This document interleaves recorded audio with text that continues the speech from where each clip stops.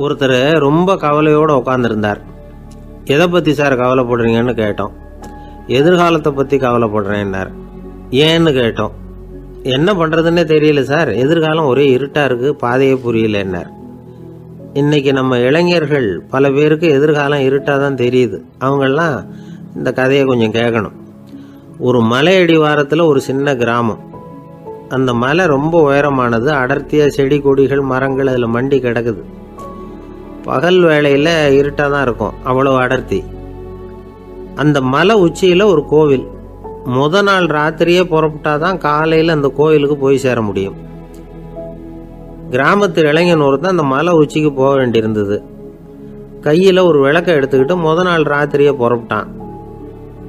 புறப்பட்டு போனவன் கிராமத்து எல்லையிலேயே நின்றுட்டான். ஏன் தெரியுமா? அவன் கையில் இருந்த விளக்கோட வெளிச்சம் 10 அடி தூரத்துக்கு தான் தெரியுது. அது வரைக்கும் தான் பாதை தெளிவாக இருக்குது. அதுக்கு அப்பால எல்லாம் ஒரே இருட்டாக இருக்குது, பாதை புரியல. இவன் யோசனை பண்ணி பார்த்தான். மனசுக்குள்ள ஒரு சந்தேகம். 10 அடி தூரம் தானே வெளிச்சம் தெரியுது, அப்படின்னா நாம் 10 அடி தூரம் தானே போக முடியும். அதுக்கும் அந்தாண்ட ஒரே இருட்டாக இருக்குதே, அதில் எப்படி நாம் நடந்து போகிறது? நாம் ரொம்ப தூரம் நடந்து போய் ஆகணுமே. அப்படிப்பட்ட நினப்பெல்லாம் அவனுக்கு வந்துவிட்டது. இதுதான் அவன் மனசில் ஏற்பட்ட தயக்கம். இப்படி யோசிச்சுக்கிட்டே அந்த இளம் ஆசாமி புறப்பட்ட இடத்துலேயே நின்றுக்கிட்டு இருக்கிறான். அந்த சமயத்தில் ஒரு வயசான பெரியவர் அந்த பக்கமாக வந்தார். அவர் கையில் இதை விட சின்னதாக ஒரு விளக்கு வச்சுருந்தார். அது எப்படின்னா அது ஒரு 5 அடி தூரத்துக்கு தான் வெளிச்சம் காட்டுது. அவ்வளவு சின்ன விளக்கு. அவரும் மலை உச்சிக்கு போகிறதுக்காக தான் வந்துக்கிட்டு இருக்கிறார். அவரை பார்த்து இவன் கேட்டான், என்ன பெரியவரே, இவ்வளவு சின்ன விளக்கை வச்சுக்கிட்டு அவ்வளவு தூரத்துக்கு எப்படி மலையேற போகிறீங்க அப்படின்னு கேட்டான். நீ ஏன் இப்படி தயங்கிட்டே நிற்கிறேன்னு கேட்டார் பெரியவர். என்கிட்ட இருக்கிற விளக்கு 10 அடி தூரத்துக்கு தான் பாதையை காட்டுதுன்னா. இப்போ பெரியவர் சொன்னார், தம்பி, உன் கையில் இருக்கிற விளக்கு கொடுக்குற வெளிச்சத்தை வச்சு நீ முதல்ல 10 அடி தூரம் முன்னாடி போ. 10வது அடியில் போய் நின்றுக்கிட்டு பாரு. மறுபடியும் ஒரு 10 அடி தூரத்துக்கு பாதை தெரியும். இப்படி உன் கையில் இருக்கிற விளக்கு தொடர்ந்து வெளிச்சம் காட்டிக்கிட்டே இருக்கும். நீ முன்னேற முன்னேற அந்த வெளிச்சமும் முன்னேறும். அதனால் எத்தனை கிலோமீட்டர் தூரம் வேணும்னாலும் நீ இந்த 10 அடி தூரம் வெளிச்சத்தை வச்சுக்கிட்டே நீ போயிடலாம், புறப்படு அப்படின்னார். இப்போ தான் அந்த பெரியவர் சொன்னது இளைஞனுக்கு பளிச்சுன்னு புரிஞ்சுதான். உடனே உற்சாகமாக புறப்பட்டான், உச்சிக்கு போய் சேர்ந்தான். இந்த கதையிலேருந்து நாம் புரிஞ்சிக்க வேண்டியது என்ன தெரியுமா? நீண்ட கால திட்டம் ஒன்று போடும் பொழுது நமக்கு முன்னாடி இருக்கிறத மறந்துட்டு மனசை போட்டு குழப்பிக்க கூடாது. உங்கள் கையில் என்ன இருக்கோ அதுலேயே உங்கள் எதிர்காலம் மறைஞ்சிருக்குது. கண் முன்னாடி தெரியறத வச்சு ஆரம்பிங்க, போக போக வழி தானாக புலப்படும் அப்படிங்கிறார் ஒரு பெரியவர். பெரிய பயணங்களையெல்லாம் இப்படி தான் நடத்த வேண்டியிருக்கும். ஒவ்வொரு அடியாக எடுத்து வச்சா ஓடி போய் சேர்ந்து விடலாம். மலைச்சி போய் நின்றுட்டா நின்றுக்கிட்டே இருக்க வேண்டியது தான். நம்ம ஆள்லாம் ரொம்ப மோசமாக இருக்கிறாங்க. ஒருத்தன் அப்படி தான் நீண்ட தூர பிரயாணம் ஒன்று புறப்பட்டான். ரயில் போய்கிட்டே இருந்தது. கொஞ்சம் தூரம் போச்சு, பாதி வழியில் கையில் வச்சுருந்த டிக்கெட்டை காற்றுல விட்டுட்டான். ஐயோ, என் டிக்கெட்டு போயிட்டுதே அப்படின்னு கத்த ஆரம்பிச்சிட்டான். பக்கத்தில் இருந்த பெரியவர் அவனை பார்த்து பரிதாபப்பட்டு, கவலைப்படாத தம்பி, போனால் போகுது, வேற டிக்கெட் வாங்கிக்கலாம் அப்படின்னு ஆறுதல் சொன்னார்.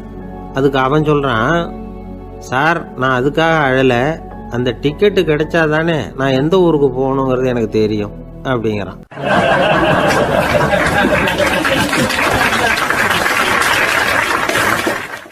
ஒரு குரு, இளம் சீடர்கள் எதிரில் உட்காந்துருக்கிறாங்க. குரு பாடம் நடத்திக்கிட்டு இருக்கிறார். சீடர்களுக்கு ஒரு ஆசை, அதாவது ஒரு முக்கியமான மந்திரத்தை நம்ம குருநாதர்கிட்ட இருந்து கற்றுக்கணும் அப்படிங்கிறது அவங்க ஆசை. அது என்ன மந்திரம்னா, இறந்தவரை உயிர்ப்பிக்கக்கூடிய புனித மந்திரம். அதாவது செத்தவங்களுக்கு மீண்டும் உயிர் உண்டாக்குகிற மந்திரம். குருவே, தயவு பண்ணி அந்த மந்திரத்தை எங்களுக்கு உபதேசிக்கணும் அப்படின்னு கேட்டாங்க. அது ரொம்ப ஆபத்தானது, அது என்னத்துக்கு உங்களுக்கு வேண்டாமேன்னாராம் குரு. எங்களுடைய நம்பிக்கை உறுதிப்படுறதுக்காகத்தான் கேட்குறோம், வேற ஒன்றும் இல்லை அப்படின்னு நாங்களாம் சீடர்கள். பக்குவப்படாத அறிவுங்கிறது ரொம்ப ஆபத்தானது அப்படின்னாராம் குரு. இது சீடர்களுக்கு புரியல. அது எப்படிங்க பக்குவப்படாத அறிவு ஆபத்தானதுன்னு சொல்கிறீங்க, அப்படின்னா என்ன அப்படின்னு கேட்டிருக்காங்க சீடர்கள். குரு அதுக்கு விளக்கம் கொடுத்தாராம். அந்த மந்திரத்தை எப்போ பயன்படுத்தணுங்கிறது முக்கியம். அதை அறியக்கூடிய ஞானம் ஏற்படுகிற வரைக்கும் அதை தெரிஞ்சுக்காமல் இருக்கிறது தான் நல்லது, இல்லைன்னா ஆபத்துன்னாராம். ஆனால் அந்த சீடர்கள் அதை கேட்குற மாதிரி இல்லை, ரொம்ப பிடிவாதம் பண்ண ஆரம்பிச்சிட்டாங்க. சரி வாங்க சொல்கிறேன்னார் குரு. எல்லாரும் வந்தாங்க.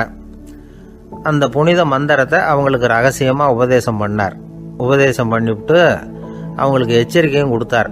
இந்த மந்திரத்தை நல்லா ஆராய்ச்சி பார்த்ததுக்கு அப்புறம் தான் உச்சரிக்கணும், அவசரப்பட்டு எதுவும் செஞ்சிடக்கூடாது அப்படின்னு ஒரு தடவைக்கு பல தடவை எச்சரிக்கை கொடுத்தார்.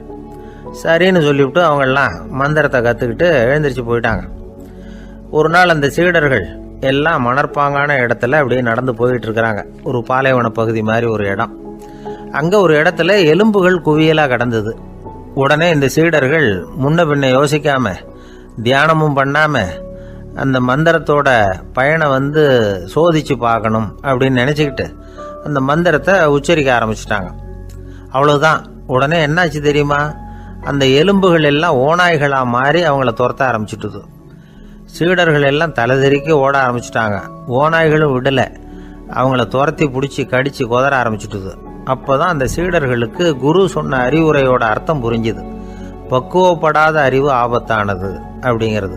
அதனால் இதிலேருந்து நாம் தெரிஞ்சுக்க வேண்டியது என்னென்னா, நாம் நம்ம அறிவை வளர்த்துக்கிட்டா மட்டும் போதாது, அந்த அறிவை எப்போ எப்படி பயன்படுத்தணும் அப்படிங்கிற பக்குவமும் நமக்கு வரணும். அப்போ தான் வாழ்க்கை நல்லபடியாக அமையும். இல்லைன்னா இடைஞ்சல் தான். இந்த காலத்தில் சில சின்ன பிள்ளைங்களுக்கே அறிவு ரொம்ப பக்குவப்பட்டிருக்குங்கிறத உணர முடியுது. ஒரு சின்ன பையன் பள்ளிக்கூடத்தில் மார்க் லிஸ்ட் கொடுத்தாங்க, வாங்கிக்கிட்டு அவசரமாக வீட்டுக்கு ஓடினான். எதிரில் வந்த ஒருத்தர் கேட்டார், என்ன அவசரம், ஏன் இப்படி வேகமாக ஓடுறேன்னார். எங்கள் அம்மா கிட்ட அடி வாங்கணும், அதுக்காக தான் ஓடுறேன்னா. அடி வாங்கிறதுக்கா இவ்வளவு அவசரம்னார் அவர். அப்படி இல்லைங்க, நான் போகிறதுக்குள்ளே எங்கள் அப்பா வீட்டுக்கு வந்துட்டாருன்னா அவர்கிட்ட அடி வாங்க வேண்டியிருக்கும், அதை அவாய்ட் பண்ணுறதுக்காக இப்படி ஓடுறேன் அப்படின்னு நானும் அந்த பையன்.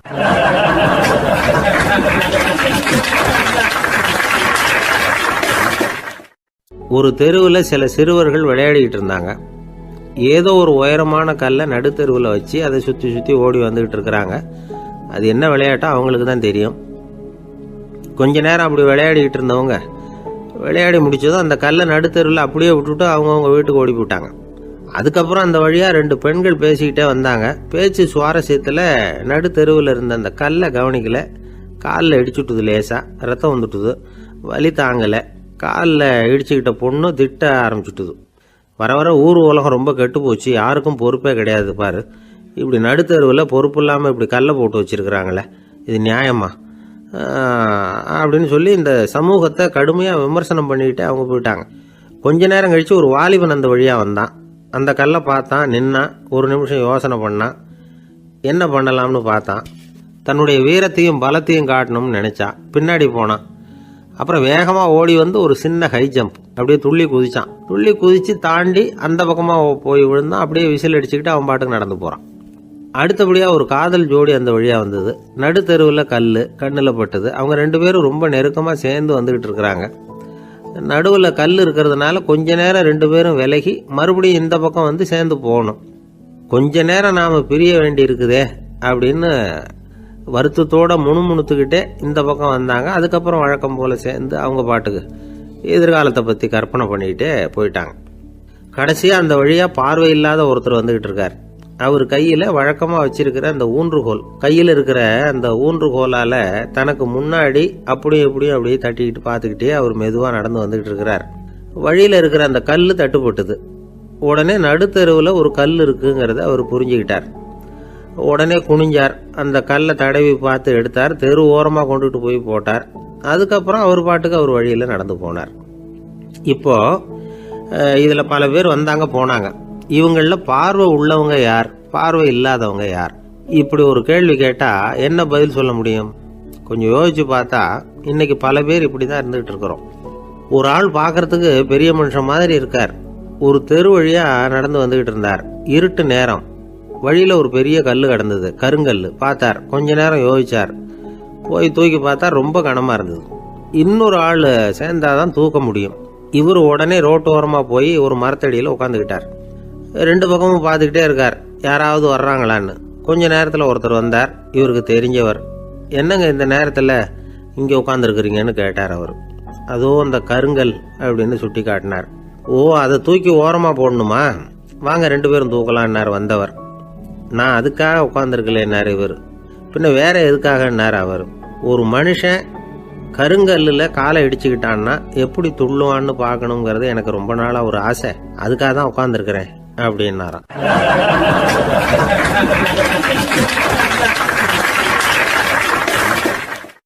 இந்த உலகத்தில் எல்லாருக்கும் மகிழ்ச்சி தரக்கூடிய ஒரு பொருள் எது? இது ஒரு முக்கியமான கேள்வி.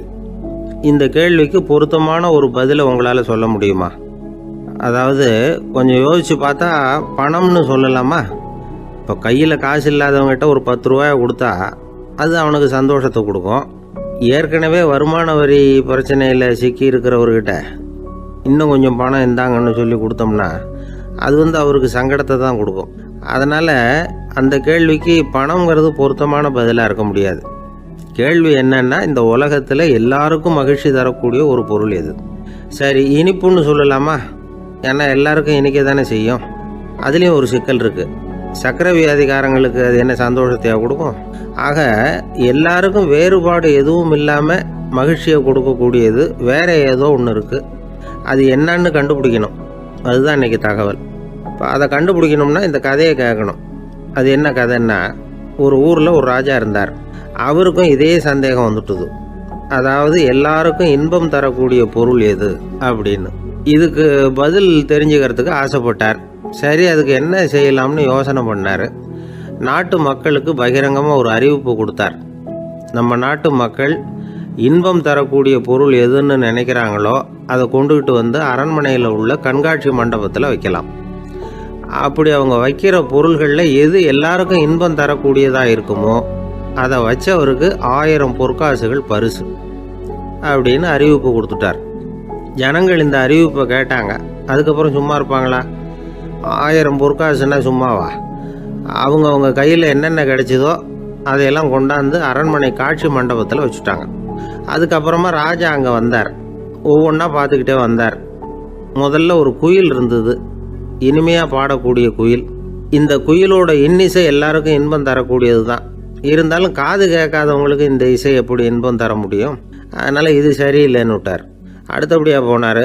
அங்கே என்ன வச்சுருக்குறாங்கன்னு பார்த்தா ஒரு அழகான மயில் அங்கே தோகை விரித்து ஆடிக்கிட்டு இருக்குது.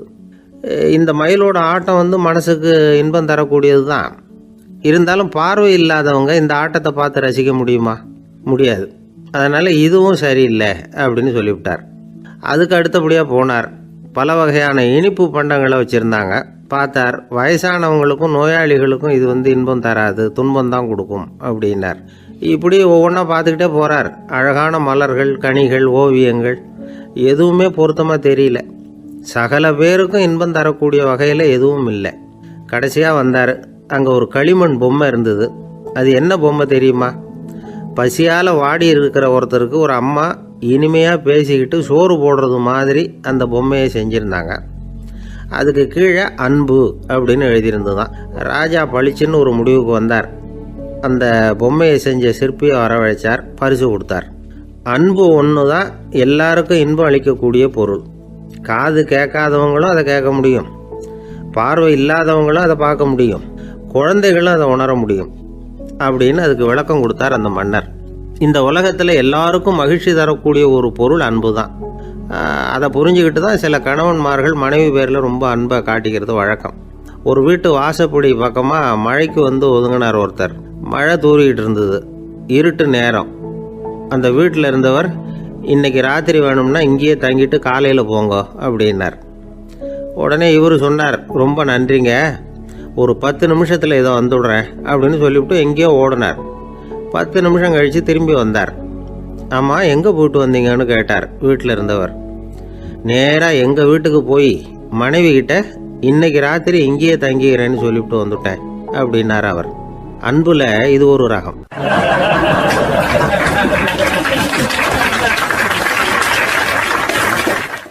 ஒரு நாள் ஒரு தகப்பனார் தன்னுடைய பிள்ளையை அழைச்சிட்டு வந்தார். சார், இவன் சரியாக படிக்க மாட்டேங்கிறான், பெரியவங்களை மதிக்க மாட்டேங்கிறான், நீங்கள் கொஞ்ச நாள் இவனுக்கு குருவாக இருந்து நல்ல விஷயங்களை சொல்லி கொடுத்தா தேவையில்லைன்னார்.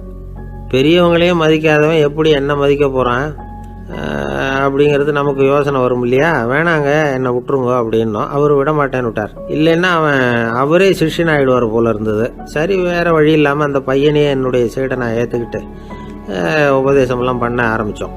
அதாவது குரு பக்தின்னா அது எப்படி இருக்கணுங்கிறத பற்றி சொல்லி கொடுத்தோம் அவனுக்கு. சதமகர் அப்படின்னு ஒரு குரு இருந்தார். அவருக்கு ஒரு சீடர். அவன் பேர் துளசி சைதன்யன், நைஷ்டிக பிரம்மச்சாரி. தன்னுடைய குருவுக்கு எந்த நேரத்தில் எது தேவைங்கிறத புரிஞ்சுக்கிட்டு சேவை செய்கிறவன். ஆனால் இவனை பற்றி மற்ற சீடர்களுக்கு பொறாமை வந்துட்டுது. இவன் மட்டும் இப்படி இருக்கானேன்னு உடனே குரு கிட்ட போய் கோல் மூட்டினாங்க. அவன் சரியில்லை, அவன் நடந்துக்கிறது சரியில்லை, அப்படி இப்படின்னு எதையாவது சொல்லி. இருந்தாலும் இதையெல்லாம் அந்த குரு நம்பலை. அவருக்கு தெரியும் யார் யார் எப்படின்னு. துளசி சைதன்யன் பெருமையை மற்ற சீடர்களுக்கு உணர்த்தணும் அப்படின்னு நினைச்சார். அதுக்கு ஒரு வழி பண்ணார். ஒரு நாள் சீடர்களை எல்லாம் கூப்பிட்டுக்கிட்டு ஒரு காட்டு வழியாக போய்கிட்டு இருந்தார். அங்கே ஒரு பெரிய மலை அருவி கொட்டிக்கிட்டு இருந்தது. குரு சீடர்கள் பக்கம் திரும்பினார். இந்த மலையின் மேலே இருந்து அந்த படுபாதாளத்தில் குதிக்கிறதுக்கு உங்களில் யார் தயார் அப்படின்னு கேட்டார். ஒரு சீடனும் வாயை திறக்கலை, ஒதுங்கி நின்றுக்கிட்டாங்க. பின்னாடி மூட்டை முடிச்சோடு வந்துக்கிட்டு இருந்தான் துளசி சைதன்யன். அவனை பார்த்தார். தப்பாருப்பா, நீ மேலே இருந்து அந்த அருவியில் குதி அப்படின்னார். அப்படியே செய்கிறேன் சுவாமின்னா ஓடி போய் பொத்துன்னு குதிச்சுட்டான். அடுத்த கணமே குருநாதர் தன்னுடைய யோக சக்தியால் பறந்து போய் அவன் கீழே விழுந்துடாமல் தாங்கி பிடிச்சி கொண்டுகிட்டு வந்துட்டார். மற்ற சீடர்களுக்கெல்லாம் ஒரு மாதிரி ஆயிட்டுது. அடுத்தபடியாக என்ன பண்ணலாம்னு யோசிச்சாங்க இவனை மாட்டி விடுறதுக்கு. ஒரு நாள் வெத்தலை அடிக்கிற ஒரு சின்ன உரலையும் உலக்கையையும் எடுத்து ஒளிய வச்சுட்டாங்க. சதமகர் சன்னியாசி இல்லை, அவர் வெத்தலை போடுவார். பல்லு சரியில்லை, அதனால் இடித்து தான் வெத்தலையை போடணும். திடீர்னு வெத்தலை பாக்கு கேட்டார். வழக்கமாக உரலில் இடித்து தர்றது தான் துளசியின் பழக்கம். உரலை தேடினா கிடைக்கல, என்ன பண்ணுறது? குரு கேட்டுவிட்டாரே, குரு சேவை தானே முக்கியம். என்ன பண்ணால் வெத்தலை பாக்க தன்னுடைய வாயில் போட்டு முன்னும் அதை எடுத்து அவர்கிட்ட கொடுத்துட்டான்.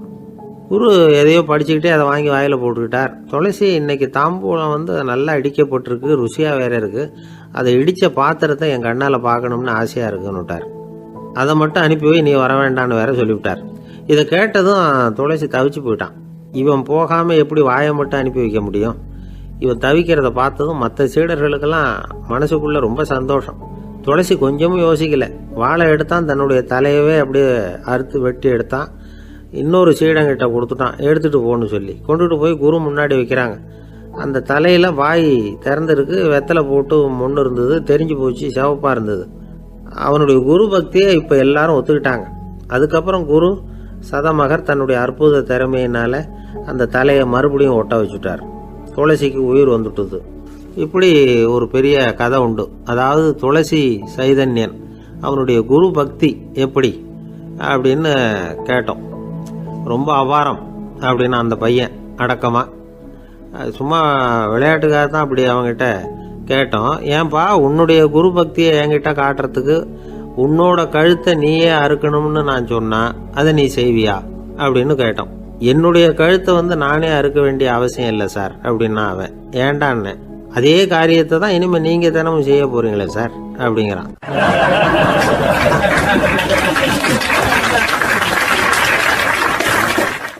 இந்த உலகத்தில் எவ்வளவோ உயிரினங்கள் இருக்கு, ஒவ்வொன்றும் ஒவ்வொரு விதமாக சண்டை போடுது. இப்போ 2 மாடு சண்டை போட்டுக்குதுன்னு வச்சுக்கோங்க, என்ன பண்ணும்? 2 முட்டிக்கும். அதுக்கு சண்டை போடுறதுக்கு ஆயுதமாக உபயோகப்படுறது அதோட கொம்பு. 2 சேவல் சண்டை போட்டுக்குதுன்னு வச்சுக்கோங்க, அதுக்கு ஆயுதமாக உபயோகப்படுறது அதோட கால் நகம். காலால் தான் அது ஒன்றோட ஒன்று சண்டை போட்டுக்கும். ஆனால் 2 மனுஷன் சண்டை போட்டுக்கிறான்னு வச்சுக்கோங்க, இவன் இன்னதை தான் ஆயுதமாக உபயோகப்படுத்துவான்னு குறிப்பிட்டு சொல்ல முடியாது. கல்லை எடுப்பான், கத்தி எடுப்பான், துப்பாக்கி எடுப்பான், என்ன வேணாலும் பண்ணுவான். வாயால் திட்டுவான், கையால் அடிப்பான், காலால் உதைப்பான், சகலகலாக வல்லவன். விலங்குகள்லாம் பொதுவாக வாயை சாப்பிட்றதுக்கு மட்டும்தான் உபயோகப்படுத்துது. ஆனால் இவனுக்கு சாப்பிட்றதுக்கும் அதுதான், சாப்பிட்டு விட்டு திட்டுறதுக்கும் அதுதான். ஆனால் ஒரு விஷயத்தில் மட்டும் கெட்டிக்கிறேன். அதாவது நாம் சண்டை போட்டுக்கிட்டாலும் பரவாயில்லை, கோழிகள் சண்டை போடாமல் இருக்கணும் அப்படின்னு ஆசைப்படுறான். எதுக்காக? கோழிகள் சண்டை போடாமல் இருந்தால் நிறைய முட்டைகள் போடுமா, அதுக்காக தான் இந்த அக்கறை.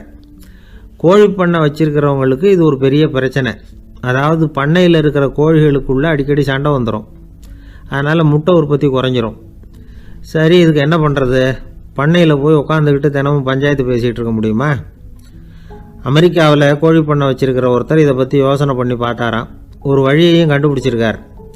கோழிக்கெல்லாம் மூக்கு கண்ணாடி மாட்டி விட்டுட்டோம்னா அது சண்டை போடுற குணம் குறைஞ்சிரும், முட்டை அதிகமாகிடும் அந்த கண்ணாடியில் உள்ள லென்ஸு சிவப்பு நிறத்தில் இருக்கணும், அவ்வளவுதான் அப்படின்னு அவர் கண்டுபிடிச்சாராம்.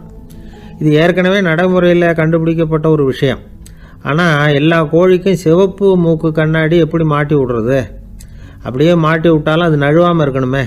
இப்போ நாமெல்லாம் நடு விரலால் மூக்கு கண்ணாடி நடுவில் தொட்டு அப்படி ஸ்டைலாக சரி பண்ணிக்கிறோம். அது மாதிரி கோழி எப்படி சரி பண்ணிக்கும்? இதுதான் பிரச்சனை.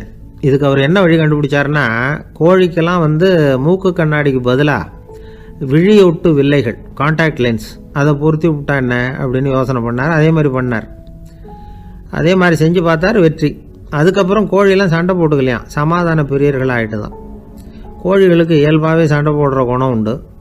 ஆனால் அதோட கண்ணுக்கு பார்க்குற பொருள்லாம் ரோஜா நிறத்துலையோ அல்லது இன்னும் சொல்லப்போனால் அழுத்தமான சிவப்பு நிறத்துலையோ தெரிஞ்சதுன்னா சண்டை போடுற குணம் குறைஞ்சிருதான்.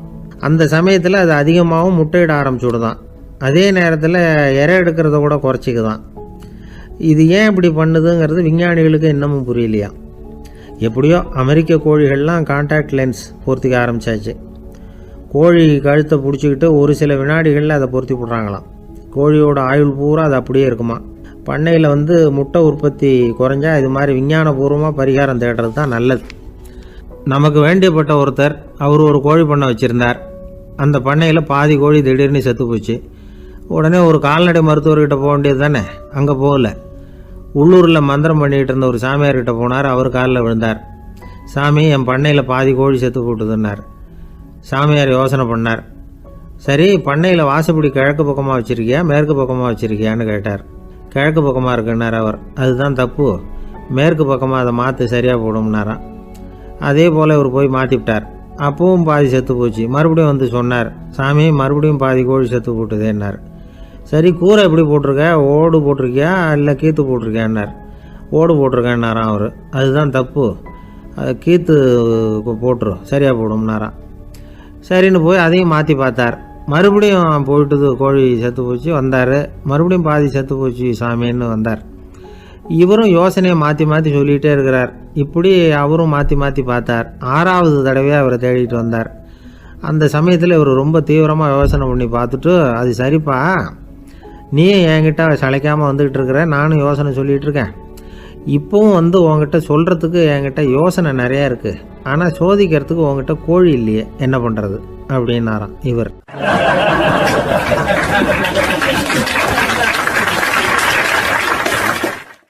ஆசைப்படுறதுல தப்பு இல்லை, ஆனால் அந்த ஆசை தேவைக்கு தகுந்த மாதிரி இருக்கணும்.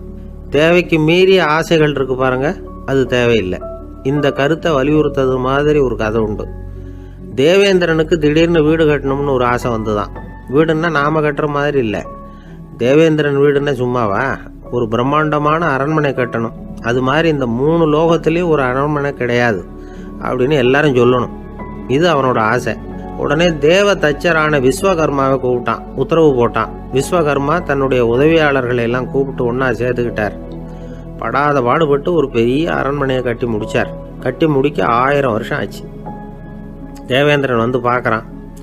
அவனுக்கு திருப்தி ஏற்படலை. என்னுடைய அந்தஸ்துக்கு இது ரொம்ப சாதாரணமான கட்டிடம், இதை விட இன்னும் பெருசாக கட்டு அப்படின்னா. தேவ தச்சர் திணறி போயிட்டார். அவரால் அதுக்கு மேலே எதுவும் செய்ய முடியல.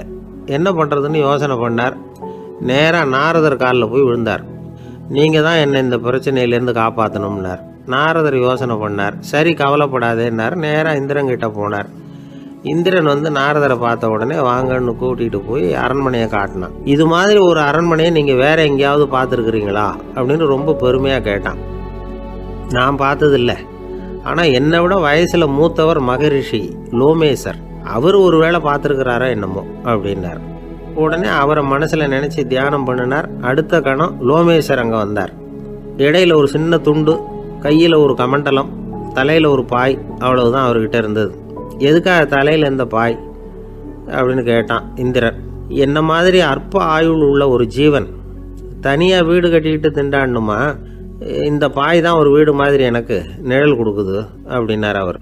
என்னது, உங்களுக்கு அவ்வளவு கொஞ்சமான ஆயுளா அப்படின்னு ஆச்சரியத்தோடு கேட்டான் இந்திரன். ஆமாம், இதை பாரு, என்னுடைய மார்பில் ஒரு பொற்காசு அளவுக்கு ரோமம் உதிர்ந்துட்டுது. எப்போ என் உடம்புல உள்ள எல்லா ரோமமும் உதிர்ந்துருமோ அப்போ என்னுடைய ஆயுள் முடியும் அப்படின்னார். எப்போ அந்த ரோமங்கள் பூரா உதிரும்னு கேட்டான் இவன். ஒரு பிரம்மா மறைஞ்சதும் ஒரு ரோமம் உதிரும். என் உடம்புல உள்ள ரோமங்களின் எண்ணிக்கை எவ்வளவோ அவ்வளவு பிரம்மாக்கள் தோன்றி அவங்க ஆயுள் முடியும் பொழுது என் உடம்புல உள்ள ரோமங்கள் பூரா உதிரும் அப்படின்னார். அப்படின்னா ஒரு பிரம்மாவோட ஆயுள் எவ்வளவு காலம்னு கேட்டான். ஒரு பிரம்மாவுக்கு 100 தேவ வருஷம். ஒவ்வொரு தேவ வருஷத்துக்கும் 365 தேவ நாள். ஒவ்வொரு தேவ நாள்லையும் ஒன்ன மாதிரி 14 இந்திரர்கள் தோன்றி மறைகிறாங்க அப்படின்னு மகரிஷி லோமேசர் சொல்றார். இதை கேட்டதும் இந்திரன் ஆடி போயிட்டான். அவ்வளவு ஆயுள் உள்ள இவரே அற்ப ஆயுள்னு சொல்றார். நான் என்னுடைய ஆயுளை பெருசா நினைச்சுக்கிட்டு பிரம்மாண்டமான அரண்மனை கட்டணும்னு ஆசைப்படுறேனே அப்படின்னு நினைச்சான். எனக்கு வீடு கட்டின வரைக்கும் போதும்னு விட்டான். அதனால நாமெல்லாம் நம்முடைய தேவைக்கு தகுந்த மாதிரி ஆசைப்படுறது தான் நியாயம். ஆனால் அப்படியே நடந்துக்கிறோம். மனுஷன் கடவுளையே ஏமாற்றி காசு வாங்கிறதுக்குள்ள ஆசைப்படுறான். ஒருத்தன் கடவுளை நினைச்சு தவம் இருந்தான். கடவுள் நேரில் வந்தார். தேவலோகத்தில் ரூபாய்க்கெல்லாம் என்ன மதிப்புன்னு கேட்டான். அங்கெல்லாம் ரூபாய்ங்கிறது உங்கள் பணத்தில் 1 கோடி ரூபாய்க்கு சமம். அதாவது தேவலோகத்தில் 1 ரூபான்னா இங்கே 1 கோடி ரூபா. அது மாதிரி எங்களுக்கு ஒரு நாளுங்கிறது உங்கள் கணக்கில் 1 கோடி வருஷத்துக்கு சமம் அப்படின்னார் கடவுள். அப்படின்னா எனக்கு நீங்கள் அதிகமாக எதுவும் தர வேணாம், உங்கள் கணக்குப்படி ஒரே 1 ரூபா கொடுங்க, அது போதும்னா இவன் ரொம்ப சாமர்த்தியமாக. கடவுள் யோசனை பண்ணார். அது ஒன்றும் கஷ்டம் இல்லை, 1 ரூபா தானே கேட்குற, கொடுத்துட்றேன். ஆனால் இப்போ வரும்பொழுது நான் எடுத்துக்கிட்டு வரல, எங்கள் கணக்குப்படியே 1 நாள் பொறுத்துக்க பணத்தோடு வந்துடுறேன் அப்படின்னு சொல்லிவிட்டு பறந்து போயிட்டார்.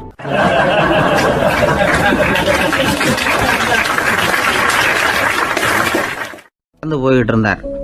அவர் தோளில் ஒரு பெரிய துணி மூட்டை, அதை சுமந்துக்கிட்டு கடத்தெருவை நோக்கி அவர் போய்கிட்டு இருக்கிறார். வழியில் அவரை சந்திச்சார் உமர். அவர் கேட்டார், கலீஃபா அவர்களே, எங்கே புறப்பட்டுட்டீங்க அப்படின்னு கேட்டார். கலீஃபான்னா ஆட்சித்தலைவர்னு அர்த்தம். இதுக்கு அவர் சொன்னார், நான் துணி வணிகம் செய்கிறவன், அதனால் துணி வியாபாரம் செய்கிறதுக்காக போயிட்டுருக்கிறேன்னார். நீங்கள் இப்போ இந்த நாட்டுக்கு ஆட்சித்தலைவர், ஆட்சி பொறுப்பில் இருக்கிறீங்க, நீங்கள் வியாபாரம் செய்ய போட்டால் அரசு பணிகளை செய்கிறது யார் அப்படின்னு கேட்டார் அவர். நான் அரசு பணிகளை மட்டுமே செஞ்சுக்கிட்டு இருந்தா என் குடும்பத்தை காப்பாற்றுறது யார் அப்படின்னு கேட்டார் அவர். இப்படி கேட்டவர் யார் தெரியுமா? அவர் தான் அபூபக்கர், இறை தூதர் முகமது அவர்களுக்கு பிறகு கலீஃபாவாக தேர்ந்தெடுக்கப்பட்டவர். அப்போலாம் ஆட்சி தலைவர்களுக்கு சம்பளம்னு எதுவும் கிடையாது. இந்த பிரச்சனையை எப்படி தீர்க்கிறதுன்னு யோசனை பண்ணார் உமர். அபு உபைதா அவர்கள்கிட்ட அழைச்சிட்டு போனார். அவர் யாருன்னா, அவர் தான் பொது நிதி கருவூலத்தின் பொறுப்பாளர். அவர்கிட்ட பிரச்சனையை சொன்னார். இது மாதிரி ஆட்சி தலைவருக்கு பொது நிதியிலிருந்து ஊதியம் அளிக்க முடியுமான்னு கேட்டார். பொது நிதி விதிகளின்படி அதுக்கு சாத்தியம் இல்லைன்னு சொல்லிவிட்டாரு அவர். சரி, வேற ஏதாவது வழி இருக்குதான்னு கேட்டார் உமர். அபு உபைதா கொஞ்சம் யோசனை பண்ணி பார்த்தார். அப்புறமா சொன்னார், மக்காவிலிருந்து மதீனாவுக்கு குடிபெயர்ந்து வந்த அகதிகளுக்கு நிதி உதவி அளிக்கிறதுக்கு விதிகளில் இடம் இருக்கு. அப்படி பார்த்தா அபூபக்கரும் அகதி தானே, அதனால எல்லா அகதிகளுக்கும் கொடுக்கறது மாதிரியே அவருக்கும் ஒரு தொகை அளிக்கலாம்னார். கலீஃபா அபூபக்கருக்கு இந்த அகதி உதவி தொகையைத்தான் கொடுத்துட்டு வந்தாங்களாம். குடும்ப செலவுக்கு அது போதுமானதா இல்லை. இருந்தாலும் கலீஃபாங்கிறதுக்காக மற்ற அகதிகளை விட அதிகமாக தொகையை பெற அவர் விரும்பல. மார்பு பக்கம் கிழிஞ்சிருந்த ஒரு மேலாடையை தான் அவர் அணிஞ்சிருந்தார். அவருடைய துணைவியார் அஸ்மா, அவங்க ஒரு நாள் தேன் அருந்த ஆசையாக இருக்குன்னாங்களாம். நமக்கு கிடைக்கிற ஊதியம் குடும்ப செலவுக்கே போதுமானதா இல்லையே, இந்த நிலையில் தேன் வாங்கிறதுக்கு காசுக்கு நான் எங்கே போவேன்ருக்கார் அவர். கொஞ்ச நாள் கழித்து அவங்க ஒரு தொகையை அவர்கிட்ட கொடுத்து தேன் வாங்கிட்டு வர சொன்னாங்களாம். இவருக்கு ஆச்சரியம், ஏது இந்த பணம்னு கேட்டிருக்காரு. நீங்கள் தினமும் குடும்ப செலவுக்காக கொடுத்துக்கிட்டு வந்த பணத்தில் கொஞ்சம் கொஞ்சமாக மிச்சப்படுத்தி வச்சேன்னாங்களாம். அபூபக்கர் அந்த பணத்தை எடுத்துக்கிட்டு நேராக பொது நிதி கருவூல பொறுப்பாளர்கிட்ட போனார். இந்த பணத்தை பொது நிதியில் சேர்த்துருங்க, இது அதிகப்படியாக எனக்கு தரப்பட்டு வந்த ஊதியம், அடுத்த மாதத்துலேருந்து இந்த தொகையை குறைச்சிங்கன்னு வேற சொல்லிவிட்டாராம். பசியை தணிக்க தேவையான அளவு உணவு, ஒரு ஜோடி உடை, இதை தவிர கூடுதலாக மக்கள் பொது நிதியிலிருந்து வாங்கிக்கிறதுக்கு என் குடும்பத்தாருக்கு உரிமை இல்லை அப்படின்னு சொல்லி கண்டிப்பாக சொல்லிவிட்டாராம். அவர் வாங்கிட்டு வந்த இந்த குறைந்த ஊதியம் கூட அவர் மனசை உறுத்திக்கிட்டே இருந்தது. கடைசி நேரம் அவர் தம்முடைய மகள் ஆயிஷா அவர்களை அழைச்சார். மகளே, இதுவரைக்கும் பொது நிதியிலிருந்து நான் வாங்கிட்டு வந்த தொகை என்னுடைய இதயத்தில் பாரமாக அழுத்திக்கிட்டு இருக்கு. என் தோட்டத்தை விற்று அதில் வர்ற பணத்திலிருந்து நான் இதுவரைக்கும் வாங்கிட்டு வந்த ஊதிய தொகையை கணக்கு போட்டு பொது நிதியில் சேர்த்துடு அப்படின்னாராம். பதவி ஏற்கிறதுக்கு முன்னாடி தன்கிட்ட இருந்ததை விட இப்போ கூடுதலாக என்ன சொத்து இருக்குன்னு பார்த்துருக்கார். ஒரு ஒட்டகம், ஒரு கோப்பை, ஒரு பணியாள், இதையும் அடுத்தபடியாக கலீஃபாவா வர்றவர்கிட்ட ஒப்படைச்சிருங்க அப்படின்னு விட்டாராம். அதே மாதிரி அடுத்து வந்த உமர்கிட்ட ஒப்படைச்சாங்க. அப்போ உமர் சொன்னாராம், அபூபக்கரே, இந்த முன்மாதிரியால் உங்களுக்கு பிறகு இந்த ஆட்சி பொறுப்பை ஏற்கிறவர்களை பெரும் நெருக்கடிக்கு ஆளாகி விட்டீங்க அப்படின்னு சொல்லி ரொம்ப கண் கலங்கினாராம். கடைசியாக அபூபக்கர் தன்னுடைய குடும்பத்தாருக்கு விட்டு சென்ற சொத்து ஒரு படுக்கை விரிப்பு, ஒரு போர்வை, அவ்வளவுதான். இது சிந்திக்க வேண்டிய ஒரு செய்தி. ஒரு ஊரில் ஒரு மன்னர் இருந்தாராம். அமைச்சர் அவர்கிட்ட சொன்னாராம், மன்னா, நம்ம ராஜ்யத்தில் இனிமே லஞ்ச ஊழலே இருக்காதுன்னாராம். ஆஹா, அப்படின்னா ஊழல் பேர் வழிகளையெல்லாம் நாடு கடத்தியாச்சா அப்படின்னு கேட்டிருக்காரு மன்னர். இதுக்கு அவர், அப்படி இல்லைங்க, இனிமே கொடுக்கறதுக்கு ஜனங்கள்கிட்ட பணமே இல்லை அப்படின்னாராம்.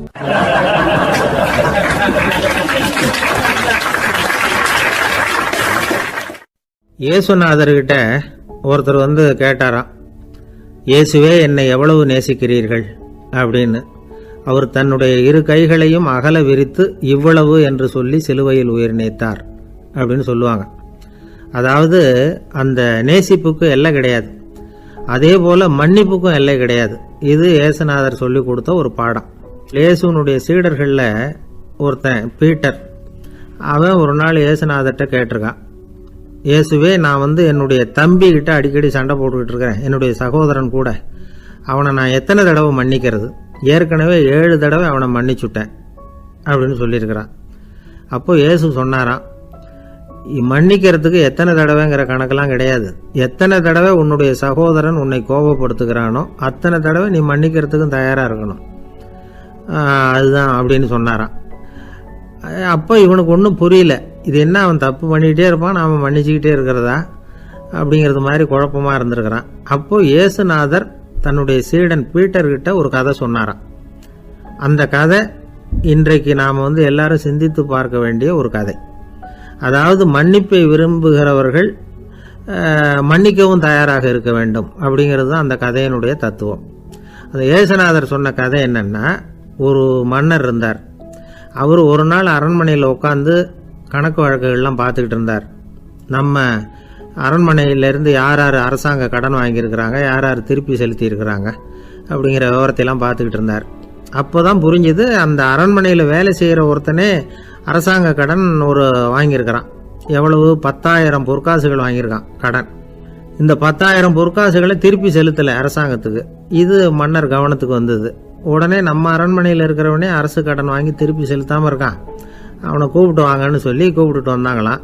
விசாரிச்சிருக்கிறாங்க, என்னப்பா நீ எவ்வளோ ஒன்று? ஆமாங்க, 10,000 பொற்காசுகள் வாங்கியிருக்கிறேன், இன்னும் திருப்பி கட்டலைன்றிருக்கான். உடனே அவர் மன்னர் சொல்லியிருக்கிறார், நம்ம சட்டத்திட்டப்படி நீ உடனே பணத்தை திருப்பி கட்டிடு. அப்படி உன்னால் கட்ட முடியலன்னா உன்னுடைய வீடு, வாசல், சொத்து, சுகம் எல்லாத்தையும் விற்று அந்த பணத்தை அரசு கருவூலத்தில் சேர்த்துக்கிறதுக்கு நானே ஏற்பாடு பண்ணிடுறேன் அப்படின்னு அந்த மன்னர் சொன்னாராம். இவன் அப்படியே அதிர்ச்சி ஆகிட்டான், அப்படியே பொத்துன்னு காலில் விழுந்தானா. மன்னா, என்னை மன்னிச்சுங்க, என்னால் முடியல, எனக்கு மன்னிப்பு கொடுங்க அப்படின்ட்டுருக்கான். உடனே அவர் எழுந்திரிச்சு, சரி நீ மன்னிப்பு கேட்டுவிட்ட, அதனால் உன்னை மன்னிக்கிறேன், நீ பணம் கட்ட வேண்டாம் அப்படின்னு சொல்லி அந்த மன்னர் அவனை விட்டுட்டாராம். பணத்தையும் தள்ளுபடி போட்டார், நீ திருப்பி கட்ட வேண்டான்னு. இவனுக்கு ரொம்ப மகிழ்ச்சி, அதனால் ரொம்ப உல்லாசமாக வந்துகிட்டு இருக்கிறான். தெருவில் வந்துக்கிட்டு இருக்கிறப்ப இவங்கிட்ட கடன் வாங்கின ஒருத்தன் எதுக்கு வந்துக்கிட்டு இருக்கான். அவன் இவங்கிட்ட ஒரு 100 பொற்காசுகள் கடன் வாங்கியிருக்கான். அவன் வந்தான், இவன் போய் அவன் சாட்டையாக பிடிச்சிக்கிட்டான், நீ எப்படா என் கடனை திருப்பி கொடுக்க போகிறேன்னு. அவன் இப்போ முடியல, கொஞ்சம் பொறுத்துக்கா, அப்புறம் தரேன் இருக்கான். அதெல்லாம் முடியாது, நீ கொடுத்து தான் ஆகணும் அப்படின்னு இவன் புடிவமாக சொல்கிறான். இப்போ நிலைமையை பாருங்கள், இவன் ஏற்கனவே 10,000 பொற்காசுகள் அரசாங்கத்தில் கடன் வாங்கினா அதுக்கு மன்னிச்சு விட்டுட்டார் இவனை. ஆனால் இவன் இன்னொருத்தனை மன்னிக்கிறதுக்கு தயாராக இல்லை. இவங்கிட்ட கடன் வாங்கின இன்னொருத்தன் 10 பொற்காசுகள், அவனை மன்னிக்க தயாராக இல்லை. அவனை கொண்டு போய் நீதிமன்றத்தில் கொண்டு போய் நிறுத்தி தண்டனை வாங்கி கொடுத்துட்டான். நீதிபதி என்ன சொன்னார், அந்த இவன் வாங்கின பொற்காசுகளை திருப்பி கட்டுற வரைக்கும் ஜெயிலில் இருக்கணுங்கிறது தீர்ப்பு. ஆனால் உடனே அரசர் காதில் விழுந்தது. சொல்லிட்டாங்க, உங்ககிட்ட மன்னிப்பு வாங்கிட்டு போனானே ஒருத்தன், அவன் இன்னொருத்தனை மன்னிக்கிறதுக்கு தயாராக இல்லை, அவனை கொண்டு போய் ஜெயிலில் அடைச்சிட்டான் அப்படின்னு. உடனே மன்னர் பார்த்தார், இவனை மறுபடியும் கூப்பிட்டு வர சொன்னார். தபாரப்பா, நான் உன்னை மன்னிச்சு விட்டேன், ஆனால் நீ இன்னொருத்தனை மன்னிக்கிறதுக்கு தயாராக இல்லை, அதனால் என்னுடைய தீர்ப்பையும் மாத்துறேன், நீயும் அரசு கடன் தீர்ற வரைக்கும் ஜெயிலில் தான் இருக்கணும் அப்படின்னு சொல்லி ஜெயிலுக்கு அனுப்பிச்சிட்டாராம். இப்படி ஒரு கதையை இயேசுநாதர் தன்னுடைய சீடருக்கு சொன்னதாக ஒரு வரலாறு. அது என்ன, அதுலேருந்து நாம் புரிந்து கொள்ள வேண்டியதுன்னா, நாம் மன்னிக்கப்படணும்னு நாம் விரும்புகிறோம்னா நாம் இன்னொருத்தரை மன்னிக்கிறதுக்கு தயாராக இருக்கணும். அதனால் நாம் இன்னொருத்தரை யாரையும் மன்னிக்க மாட்டோம், ஆனால் என்ன இன்னொருத்தர் மன்னிக்கணும் அப்படிங்கிறது மாதிரி செய்யக்கூடாதுன்னு சொல்லுவாங்க. அது மாதிரி நாம் இப்போ இது தப்பாக புரிஞ்சுக்கிறவங்களும் இருக்கிறாங்க. பாவம் மன்னிப்புங்கிறதெல்லாம் எதுக்குன்னா, அதாவது மறுபடியும் பாவம் செய்யாமல் இருக்கிறதுக்காக தான். அதான் மன்னிக்கிறாரே அப்படிங்கிறதுக்காக மறுபடியும் பாவம் பண்ணிகிட்டு இருக்கிறது இல்லை.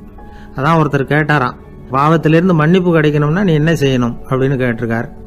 அதுக்கு அவன் சொல்லியிருக்கிறான், நான் முதல்ல பாவம் செய்யணும், அப்போ தானே மன்னிப்பு கிடைக்கும் அப்படின்னு நானா. இப்படிப்பட்டவர்கள் தான் இன்றைக்கி உலகத்தில் அதிகமாக இருக்கிறாங்க.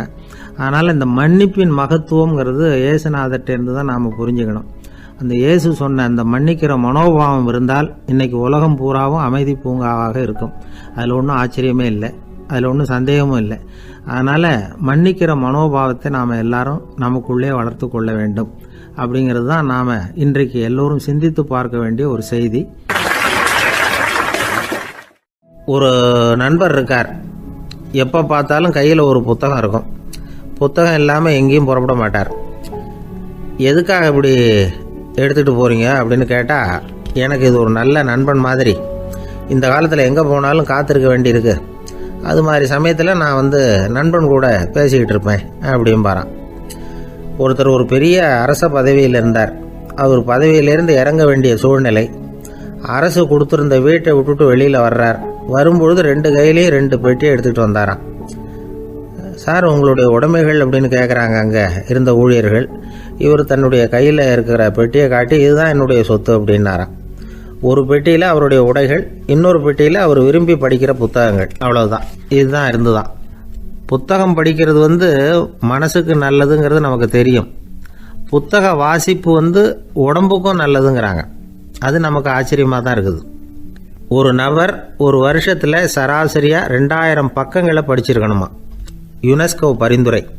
ஆனால் நம்ம நாட்டில் நாம் சராசரியாக படிக்கிறது 32 பக்கங்கள், அவ்வளவுதான்.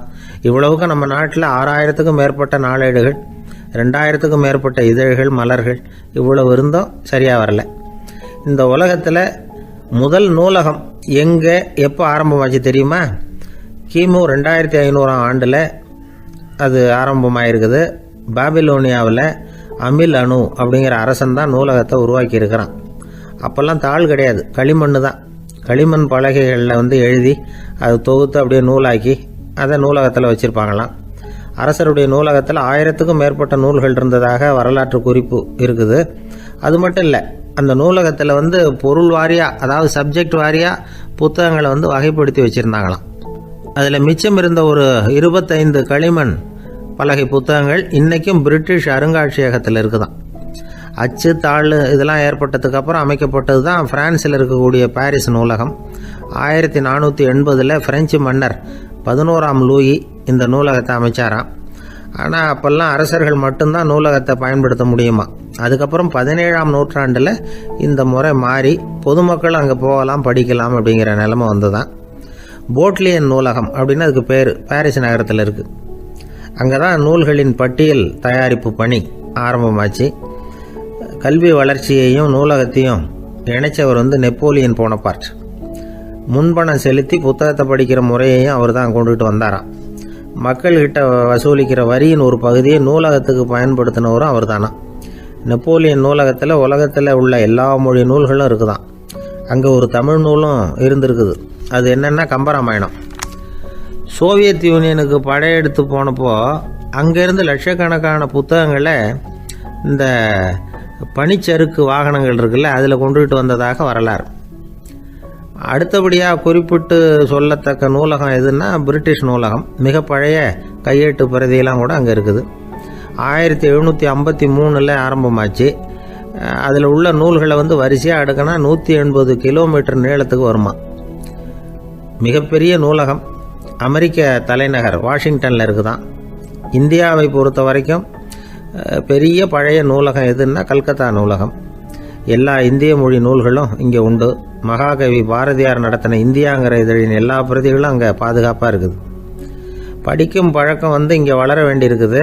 ஒருத்தர்கிட்ட ஒரு புஸ்தகத்தை கொடுத்து விமர்சனம் எழுத சொல்லியிருந்தாங்க. கொஞ்ச நாள் கழித்து அவரை போய் பார்த்து, என்னங்க புஸ்தகத்தை படித்து பார்த்தீங்களா அப்படின்னு கேட்டாங்களாம். இதுக்கு அவர் சொல்லியிருக்கிறார், இன்னும் நான் படித்து பார்க்கலிங்க, இப்போ தானே விமர்சனமே எழுதி முடிச்சிருக்கிறேன், இனிமே தான் படிக்கணும் அப்படின்னாராம்.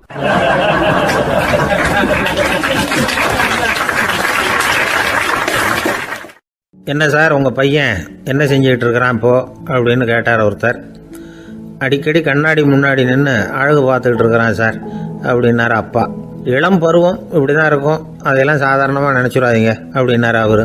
என்ன சார் சொல்கிறீங்க, கண்ணாடி முன்னாடி நின்றுக்கிட்டு நேரத்தை வீணாக்கிக்கிட்டு இருக்கான், அதை ஒரு பெரிய விஷயமா நான் நினைக்கணுமா அப்படின்னாரு இவர். இளம் பருவத்தில் இளைஞர்களுக்கும் சின்ன பொண்ணுங்களுக்கும் அடிக்கடி கண்ணாடியில் பார்க்கணும்னு தோணும்.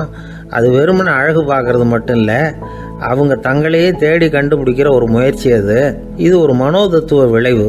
இது வரைக்கும் சின்ன பிள்ளையா இருந்துட்டோம், இனிமேல் நாமளும் மற்றவங்க மாதிரி மனிதர்கள் தான் அப்படிங்கிற உணர்வு அவங்களுக்கு வருது. தங்களோட முகம் எப்படி இருக்குது, அழகு எப்படி இருக்குது, உடம்பு நேரம் எப்படி இருக்குது, முடி எப்படி இருக்குது அப்படிங்கிறதையெல்லாம் கண்டுபிடிக்கிறாங்க. அதுக்கப்புறம் இன்னொரு ஆணோ பொண்ணோ தன்னை கவனிக்கணும் அப்படின்னு நினைக்கிறாங்க. இதெல்லாம் மனோதத்துவ உண்மைகள், இதெல்லாம் இயற்கை. இதை பார்த்துட்டு பெற்றவங்க பிள்ளைங்க கெட்டு போட்டாங்க அப்படின்னு நினைக்கக்கூடாது, அவங்கள திட்டிகிட்டே இருக்கக்கூடாது. இன்றைக்கி பல குடும்பங்களில் இதுதான் நடந்துக்கிட்டு இருக்குது. மனுஷ வாழ்க்கையிலேயே இப்படியும் இல்லாத அப்படியும் இல்லாத ஒரு பருவம் இளம் பருவம். 13லேருந்து 19 வயசுக்கு உட்பட்ட ஆண்கள் பெண்கள் இந்த வகையை சேர்ந்தவங்க, டீனேஜ் குரூப். இவங்கள சின்னவங்கன்னு நினச்சிட முடியாது, பெரியவங்கன்னு நினச்சிட முடியாது. இவங்க ரொம்ப சென்சிட்டிவ். சமூகம் நினச்சா இவங்களை நல்லவங்களாகவும் ஆக்கலாம், கெட்டவங்களாகவும் ஆக்கலாம். கொஞ்சம் அக்கறை எடுத்துக்கிட்டால் பெரிய பெரிய மேதைகளையும் விஞ்ஞானிகளையும் உருவாக்கலாம். ஆனால் நடக்கிறது என்ன தெரியுமா, அநேகமாக இவங்களை யாருமே சரியாக புரிஞ்சுக்கிறது இல்லை, இவங்களை சரியாக நடத்துறதும் இல்லை. இது வரைக்கும் நாம் சொல்கிறத கேட்டுக்கிட்டு இருந்தான், இப்போல்லாம் அவன் இஷ்டத்துக்கு நடக்க ஆரம்பிச்சுட்டான் அப்படின்னு வருத்தப்படுற பெற்றோர்கள் அதிகம். இது வருத்தப்படுற விஷயம் இல்லை, சந்தோஷப்பட வேண்டிய விஷயம். உங்கள் புள்ள சொந்தமாக யோசிக்க ஆரம்பிக்கிறதும் நடந்துக்க ஆரம்பிக்கிறதும் ஒரு தப்பான விஷயமா? அவன் கடைசி வரைக்கும் உங்கள் பேச்சையே கேட்டுக்கிட்டு இருக்கணுங்கிறது என்ன நியாயம்? இன்றைக்கி இளைஞர்களை பெரியவங்க தப்பாக புரிஞ்சுக்கிட்டு தவறாக நடத்துறதுனால தான் அவங்களுக்கு வெறுப்பு, எரிச்சல், மனக்கசப்பு எல்லாம் உண்டாகுது. பெற்றவங்க சரியாக மதிக்கிறது இல்லை அப்படிங்கிற ஒரே காரணத்தினாலேயே வீணாக போகிற பிள்ளைங்க இன்றைக்கி அதிகம். சரி, பெற்றவங்களுக்கு இன்றைக்கி என்ன தான் புத்தி சொல்ல வர்றீங்க அப்படின்னு கேட்குறீங்களா? நாம் எதையும் சொல்ல வரல, ஆனால் அது சம்பந்தமான சில நிபுணர்கள் சொல்லியிருக்கிறத உங்கள் காதில் போட்டு வைக்கலாம். அது என்னென்னா, பிள்ளைங்க கிட்ட அன்பு செலுத்துங்க. குழந்தையா இருந்தப்போ எவ்வளவு பாசமாக இருந்தீங்க, வளர வளர அதை ஏன் குறைச்சிக்கிறீங்க? பெற்றவங்களின் அன்பான வார்த்தைகளுக்கு ஏங்குறவங்க தான் இன்றைய இளைஞர்கள். அவங்க எதை சொன்னாலும் அதை அக்கறையாக காது கொடுத்து கேளுங்க, அலட்சியப்படுத்தாதீங்க. அவங்க விரும்புறது உங்ககிட்ட இருந்து ஒரு மதிப்பு, மரியாதை, அங்கீகாரம், இவ்வளவுதான். அவங்க அவங்களாவே முடிவுகள் எடுக்கட்டும், அதுக்கு நீங்கள் உதவியாக இருங்க, அது போதும். மற்றவங்க முன்னாடி, முக்கியமாக அவங்க நண்பர்கள் முன்னாடி அவங்கள பற்றி மட்டமாக பேசாதீங்க. அவங்கக்கிட்ட பொய் சொல்லக்கூடாது. நீங்கள் சொன்னது பொய்ன்னு தெரிஞ்சு போச்சுன்னா உங்கள் பேரில் அவங்களுக்கு இருக்கிற மதிப்பு போயிடும், நம்பிக்கை போயிடும். அவங்களுக்கு முன்னாடி நீங்கள் சண்டை போடக்கூடாது. உங்கள் பிள்ளைய எப்பவும் இன்னொரு பிள்ளையோட ஒப்பிட்டு பேசுகிற வேலையே வேணாம். கூட பிறந்த மற்றவங்களோட கூட ஒப்பிடக்கூடாது. இப்படி செஞ்சால் அவன் உங்ககிட்டையும் பிரியமாக இருக்க மாட்டான், அவங்ககிட்டையும் பிரியமாக இருக்க மாட்டான். புள்ள எங்கே போகிறான், என்ன பண்ணுறான் அப்படின்னுலாம் துப்பறிஞ்சிக்கிட்டு இருக்கக்கூடாது. இளைஞர்கள் தனிமையை விரும்புகிறவங்க. அவங்கள பெட்டியில் வச்சு மூடி பாதுகாக்கணும்னு நினைக்கக்கூடாது. அவங்கள எப்படி பாதுகாக்கிறது அப்படிங்கிறது அவங்களுக்கே தெரியும். உங்கள் புள்ள எப்படி நடந்துக்கணும்னு நீங்கள் எதிர்பார்க்குறீங்களோ அது மாதிரி நீங்கள் நடந்து காட்டுங்க, அது போதும். ஒரு வீட்டில் அப்பாவும் அம்மாவும் பேசிக்கிட்டு இருக்கிறாங்க. என்னங்க, நம்ம பொண்ணு பெரியவளாயிட்டா, அடிக்கடி கண்ணாடி முன்னாடி போய் நின்றுக்கிட்டு இருக்கிறா, சீக்கிரமாக ஒரு பையனை பார்த்து கல்யாணத்தை முடிக்காமல் இப்படி மசன்னு கல் மாதிரி உட்காந்துருக்குறீங்களே அப்படின்னு சத்தம் போட்டாங்க அந்த அம்மா. அவசரப்படாத, பார்க்கறதுக்கு கண்ணுக்கு அழகா லட்சணமா புத்திசாலியாக ஒரு பையன் கிடைக்க வேணாமா, அதுதான் பார்த்துக்கிட்டு இருக்கிறேன் அப்படின்னார் அப்பா. இதுக்கு அந்த அம்மா சொல்கிறாங்க, எங்கள் அப்பா இப்படியெல்லாம் நினச்சிக்கிட்டு இருந்திருந்தா எனக்கு கல்யாணமே ஆயிருக்காது தெரியுமா அப்படின்னாங்களாம்.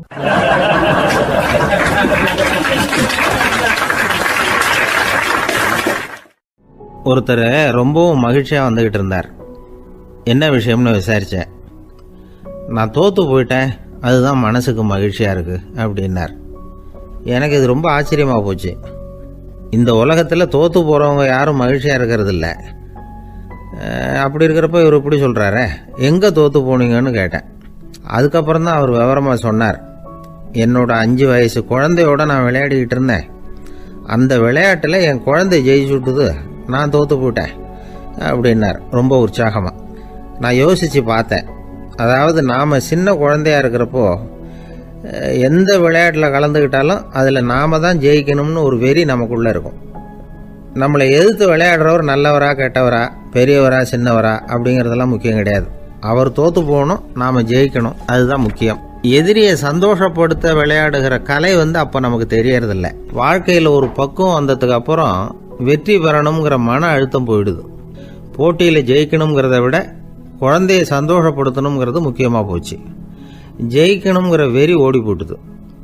ஒரு குழந்தையாக இருந்தப்போ நம்ம வளர்ச்சிக்கு உதவிய வெறி பெரியவனானதுக்கு பிறகு நமக்கு எதிரியாக மாறுது.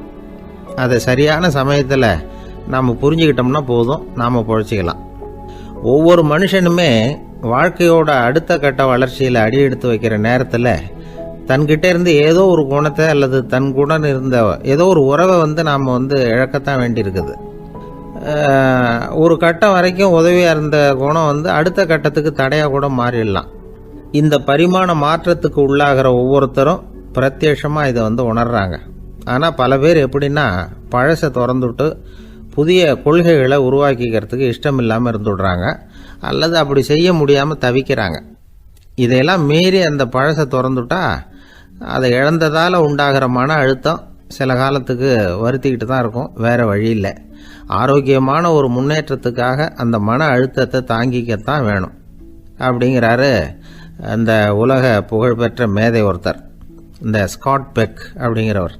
பிறந்த நாள் முதல் இதுதான் சரி அப்படின்னு கற்பிக்கப்பட்டு வந்த ஒவ்வொரு தத்துவத்தையும் தங்களுடைய வளர்ச்சிக்கு தகுந்த மாதிரி மாற்றி அர்த்தப்படுத்தி கொள்ள முடியாமல் வாழ்க்கை சூழல்ல அப்படியே அரைப்பட்டு தூளாகிறவர்கள் தான் ரொம்ப தவிக்கிறாங்களாம்.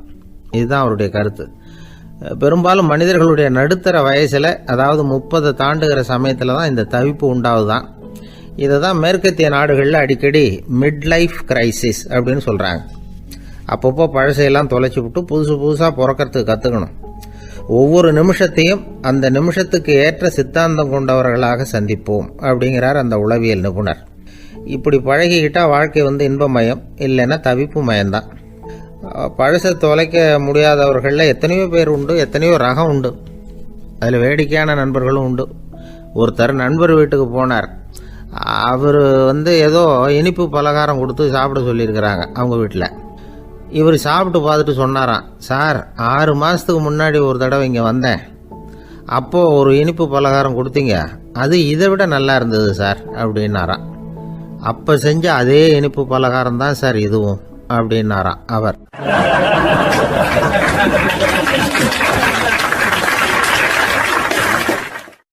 ஒரு வயசான அம்மா தெரு வழியாக போயிட்டு இருந்தாங்க.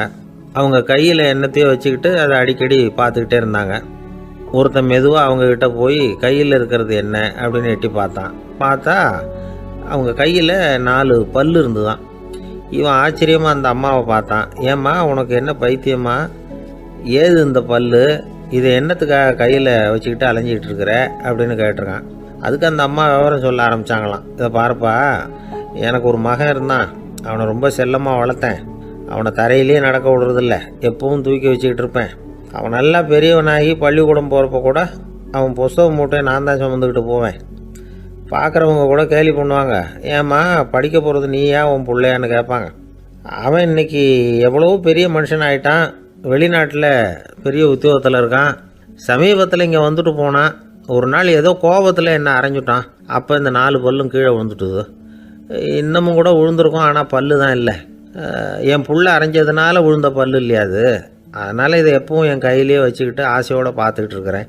அவன் தான் வெளிநாட்டுக்கு போட்டான், அவனை பார்க்க முடியாத ஏக்கத்தை நான் இந்த பல்லை பார்த்து போக்கிக்கிறேன் அப்படின்னு நாங்களாம் அந்த அம்மா. இந்த கதை எதுக்காகன்னா, தாய் அன்பு அப்படிங்கிறது எப்படிப்பட்டதுங்கிறத புரிஞ்சுக்கிறதுக்காக. கல்யாணம் ஆனதுக்கு அப்புறம் தாயை மறந்து விடுறவங்க எத்தனை பேர் இந்த உலகத்தில், அவங்க காதில் விழணுங்கிறதுக்காக தான் இந்த தகவல். ஆனால் ஒரு விஷயம் மட்டும் நல்லா புரிஞ்சுக்கணும், தாயை மதிக்க தெரிஞ்சவங்க தான் இன்றைக்கி வாழ்க்கையில் எல்லா விதத்துலேயும் முன்னுக்கு வந்திருக்கிறாங்க. வேணும்னா விசாரித்து பார்த்துங்க. இன்னொரு அம்மா இருந்தாங்க, அவங்க தினமும் ஒரு கோயிலுக்கு வருவாங்க. சாமியை பார்த்து, கடவுளே நான் இறந்து போனால் நரகத்துக்கு போகணும் அப்படின்னு வேண்டிக்குவாங்களாம். எல்லாரும் சொர்க்கத்துக்கு போகணும்னு தானே கடவுள்கிட்ட வேண்டிக்குவாங்க. இந்த அம்மா தினம் நான் நரகத்துக்கு போகணும் அப்படின்னு வேண்டிக்கிறாங்க. அங்கேருந்து அர்ச்சகருக்கு இது சந்தேகம். ஒரு நாள் அதை நேரடியாகவே அவங்கக்கிட்ட கேட்டுவிட்டார். அதுக்கு அந்த அம்மா பதில் சொன்னாங்களாம், ஐயா, எனக்கு கல்யாணம் ஆகி ரொம்ப நாள் வரைக்கும் குழந்தை பாக்கியம் இல்லாமல் இருந்தது. கோயில் குளம் எல்லாம் சுற்றி வந்தேன். ரொம்ப நாள் கழித்து ஒரு குழந்தை பிறந்தது, ஆண் குழந்தை. அவனை நான் ரொம்ப செல்லம் கொடுத்து வளர்த்தேன். அதோட விளைவு என்ன ஆச்சுன்னா, அவன் ரொம்ப மோசமாக ஆயிட்டான். கெட்ட பழக்க வழக்கம்லாம் கற்றுக்கிட்டான். அவன் இறந்து போனால் நிச்சயம் அவனுக்கு நரகம்தான் கிடைக்கும். அந்த அளவுக்கு கெட்டவன் அவன். அப்படிப்பட்ட காரியங்கள்லாம் பண்ணிகிட்ருக்கான், எனக்கு தெரியும். இவனுக்காக நரகத்தில் கூட யாரும் தயவு காட்ட மாட்டாங்க, தாட்சண்யம் காட்ட மாட்டாங்க. அதனால் இவனுக்கு முந்தி நான் இறந்து நரகத்துக்கு போயிட்டா அங்கே இவனை கவனிச்சிக்கலாமே, இவனுக்கு பணிவிடை செய்யலாமேன்னு பார்க்குறேன் அப்படின்னு நாங்களாம். அதனால தான் நான் நரகத்துக்கு போகணும்னு தினம் ஆண்டவனை வேண்டிகிட்டு இருக்கிறேன் அப்படின்னு கண்கலங்கி அந்த அம்மா சொன்னாங்களாம். அதுதான் தாய் உள்ளம்ங்கிறது. தாயின் பெருமையை சரியாக உணர்ந்துட்டா அவங்களுக்கு எப்பவும் எந்த கஷ்டமும் வராது. இது ஏதோ உபதேசத்துக்காக சொல்கிற வார்த்தை இல்லை, உண்மையான வார்த்தை. இந்த விவரத்தையெல்லாம் நண்பர் ஒருத்தர்கிட்ட சொல்லிக்கிட்டு இருந்தேன். அவர் கொஞ்ச நாள் கழித்து என்னை தேடி வந்தார். அவர் கையிலேயே 4 பல்லு வச்சுருந்தார். என்னங்க ஆச்சு, ஏதுங்க அந்த பல்லு அப்படின்னு விசாரித்தோம். உங்கள் உபதேசத்தை கேட்டுட்டு இந்த உலகத்தில் எல்லாரையும் தாயாக நினைக்க ஆரம்பிச்சிட்டேன். ஒரு அம்மாவை கடத்தரில் பார்த்து தாயேன்னு கூப்பிட்டேன். அவங்க உடனே பலார்னு என்னை அரைஞ்சிட்டாங்க. பல்லு விழுந்துட்டுது. அதை தான் பொறுக்கி எடுத்துக்கிட்டு நேராக உங்களை தேடி வந்துக்கிட்டு இருக்கிறேன்னார். தாயேன்னு தானே கூப்பிட்டீங்க, அதுக்கு ஏன் அரைஞ்சாங்க அப்படின்னு கேட்டோம். நான் தாயேன்னு கூப்பிட்டது அவங்க காதில் நாயேன்னு விழுந்துட்டு தான், அதுதான் இப்படி ஆயிட்டுது அப்படின்னார்.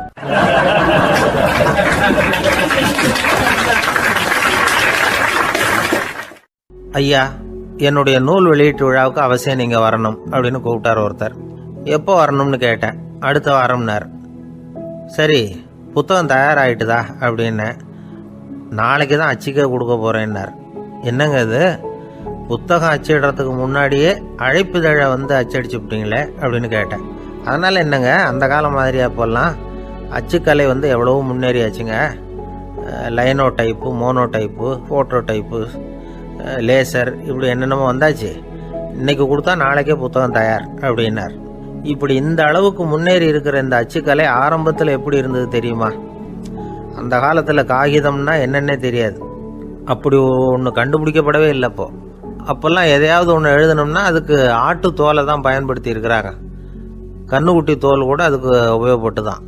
ஐரோப்பாவில் இருந்த பாதிரியார்கள் தோலில் எழுதப்பட்ட புத்தகத்தை தயாரிக்கிறதுல ரொம்ப கெட்டிக்காரங்களாம்.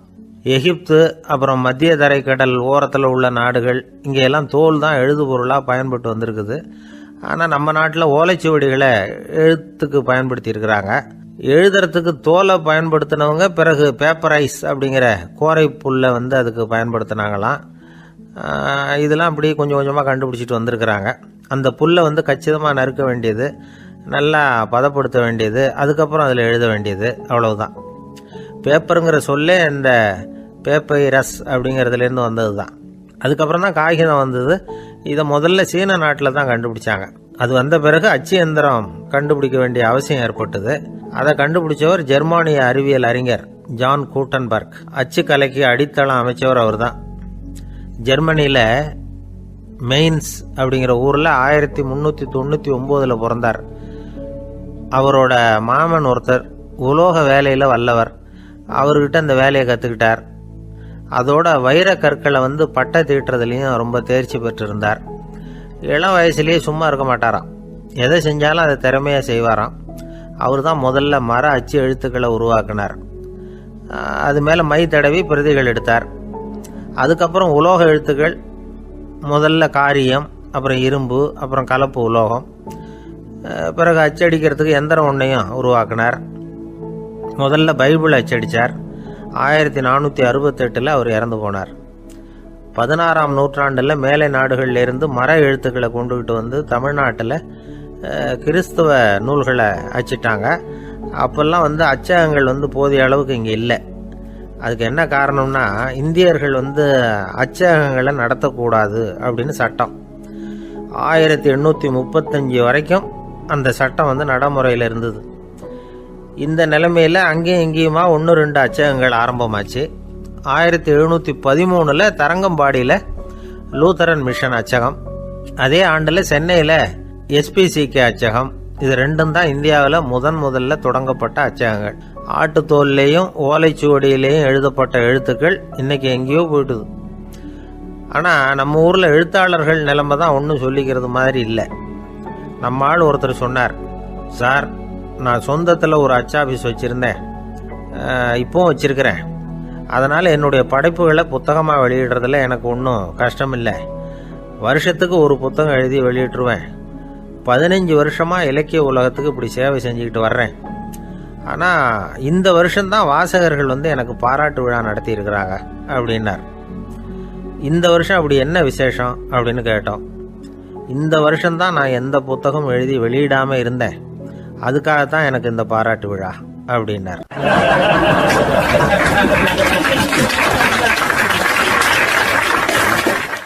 ஒரு ஆஃபீஸில் வேலை பார்க்குற ஒருத்தர் ஏதோ தப்பு பண்ணிவிட்டார். உடனே மேல் அதிகாரி அவரை கூப்பிட்டு அனுப்புனார். நீ செஞ்சது தப்புன்னார் கோபமா. இது ஒரு ரகம். சில அதிகாரிகள் இப்படி நீங்கள் செஞ்சது தப்புன்னு சொல்கிறதில்ல, நீங்கள் செஞ்சது சரி அப்படின்னு சொல்கிறதில்ல. எப்படி சொல்லுவாங்கன்னா, நீங்கள் செஞ்சது சரியில்லைன்னு நான் நினைக்கிறேன் அப்படின்னு சொல்லுவாங்களாம். அதாவது சில பேர் நீங்கள் செஞ்சது தப்புங்கிறாங்க, அதையே மாற்றி சொல்கிறாரு இவர், நீங்கள் செஞ்சது சரியில்லைன்னு நினைக்கிறேன். இது ரெண்டும் அர்த்தம் ஒன்று தான், இருந்தாலும் வார்த்தைகள் வித்தியாசம். நிர்வாக திறமை இல்லாத ஒரு அதிகாரி யூ ஆர் ராங் அப்படின்னு சொல்லுவாராம். நிர்வாக திறமை உள்ள அதிகாரியாக இருந்தால் அதையே கொஞ்சம் மாற்றி I think you are not correct அப்படிம்பாராம். இதுதான் வித்தியாசம். இருந்தாலும் வார்த்தைகளை உபயோகப்படுத்துகிற விதத்தை வச்சு தான் வேலை நல்லா நடக்கிறதும் நடக்காததும் இருக்கு. விவரம் தெரிஞ்சவங்க என்ன சொல்கிறாங்க தெரியுமா? Be a leader not a boss அப்படிங்கிறாங்க. ஒரு லீடராக பாஸாக இருக்காதே அப்படிங்கிறாங்க. சரி, அப்படின்னா லீடருக்கும் பாஸுக்கும் வித்தியாசம் உண்டா அப்படின்னு கேட்டால் இருக்குன்னு சொல்கிறாங்க. லீடருங்கிறவர் வேற, பாஸுங்கிறவர் வேற. ஒரு லீடர் எப்படி நடந்துக்குவார், ஒரு பாஸ் எப்படி நடந்துக்குவார், இதை முதல்ல நாம் தெரிஞ்சுக்கணும். அவங்க எப்படி நடந்துக்குவாங்க அப்படிங்கிறதுக்கு சில விவரங்கள் இருக்குது. அதை கேட்டோம்னா நாம் புரிஞ்சுக்கலாம் அதை. அதாவது பாஸுங்கிறவர் விரட்டிக்கிட்டே இருப்பார், லீடருங்கிறவர் ஊக்கப்படுத்திக்கிட்டே இருப்பார். நாளைக்கு சாயந்தரத்துக்குள்ளே அந்த வேலையை செஞ்சு முடிக்கலைன்னா தொலைச்சி விடுவோம் தொலைச்சி அப்படிம்பார் அவர். இவர் எப்படி சொல்லுவார்னா, இது வரைக்கும் நீங்கள் செஞ்சுருக்கிற வேலை ரொம்ப அற்புதம் அப்படிம்பார். பாஸுங்கிறவர் அதிகாரத்தை நம்பி செயல்படுறவர், லீடருங்கிறவர் நல்லெண்ணத்தை நம்பி செயல்படுறவர். நம்மக்கிட்ட அதிகாரம் இருக்குது, பவர் இருக்குது, அதனால் காரியத்தை சாதிச்சுடலாம் அப்படின்னு நினைக்கிறவர் அவர். மற்றவங்க கிட்ட ஒரு நல்ல அபிப்பிராயத்தை சம்பாதிச்சுக்கிட்டு அது மூலமாக காரியங்களை சாதிக்கிறவர் இவர். பாஸுங்கிறவர் பயத்தை உண்டு பண்ணுவார், லீடருங்கிறவர் அன்பை பரவ செய்வார். அது செய்யலைன்னா ஆடிட்டில் தகராறாயிடும், இது செய்யலைன்னா இன்க்ரிமெண்ட்டு கட் ஆகிடும், இப்படி ஏதாவது சொல்லி பயமுறுத்திக்கிட்டே இருப்பார் அவர். இவர் அப்படி இல்லை. உடம்பு இப்படி இருக்குது, வீட்டில் எல்லோரும் சௌக்கியமாக இருக்கிறாங்களா, ஆஃபீஸில் எல்லாம் வசதியாக இருக்குதா, நான் ஏதாவது உதவி செய்யணுமா அப்படின்னு அன்புக்கு முக்கியத்துவம் கொடுப்பார்.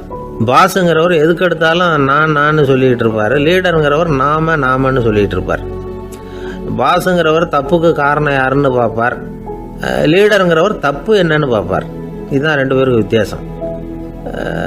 தி boss shows who is wrong, the leader shows what is wrong அப்படின்னு சொல்லுவாங்க. இந்த காரியம் எப்படி செய்யப்பட்டிருக்கு அப்படின்னு தெரிஞ்சுக்கிறவர் பாஸ். இந்த காரியத்தை எப்படி செய்யணும்னு செஞ்சு காட்டுறவர் லீடர். பாஸுங்கிறவர் பணியாளர்களை திட்டுவார், லீடர் மரியாதைக்குரியவராக நடத்துவார், அதுக்குரியவராக அவர் நடந்துக்குவார். செய்கிற வேலையை ஒரு சுமையாக நினைக்க வைக்கிறவர் பாஸ், செய்கிற வேலையை ஒரு சந்தோஷமாக ஆக்கிறவர் லீடர். ஒரு முதலாளியாக இருக்கிறவர் அல்லது ஒரு நிர்வாகியாக இருக்கிறவர் இது மாதிரியான நுணுக்கங்களை எல்லாம் தெரிஞ்சு வச்சுக்கிறது நல்லது. ஒரு பாஸ் இருக்கார், அவர் ஒரு நாள் ரொம்ப பெருமையாக தன்னோட ஆஃபீஸை பற்றி பேசிக்கிட்டு இருந்தார்.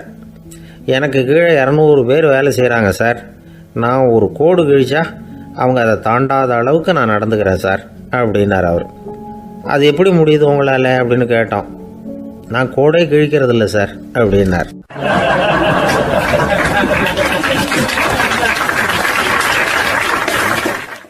ஊருக்கு வெளியில் அமைதியான ஒரு இடம், அங்கே ஒரு ஆசிரமம், அங்கே ஒரு சாமியார். அவர் தினமும் நல்ல போதனைகள்லாம் செய்வார்.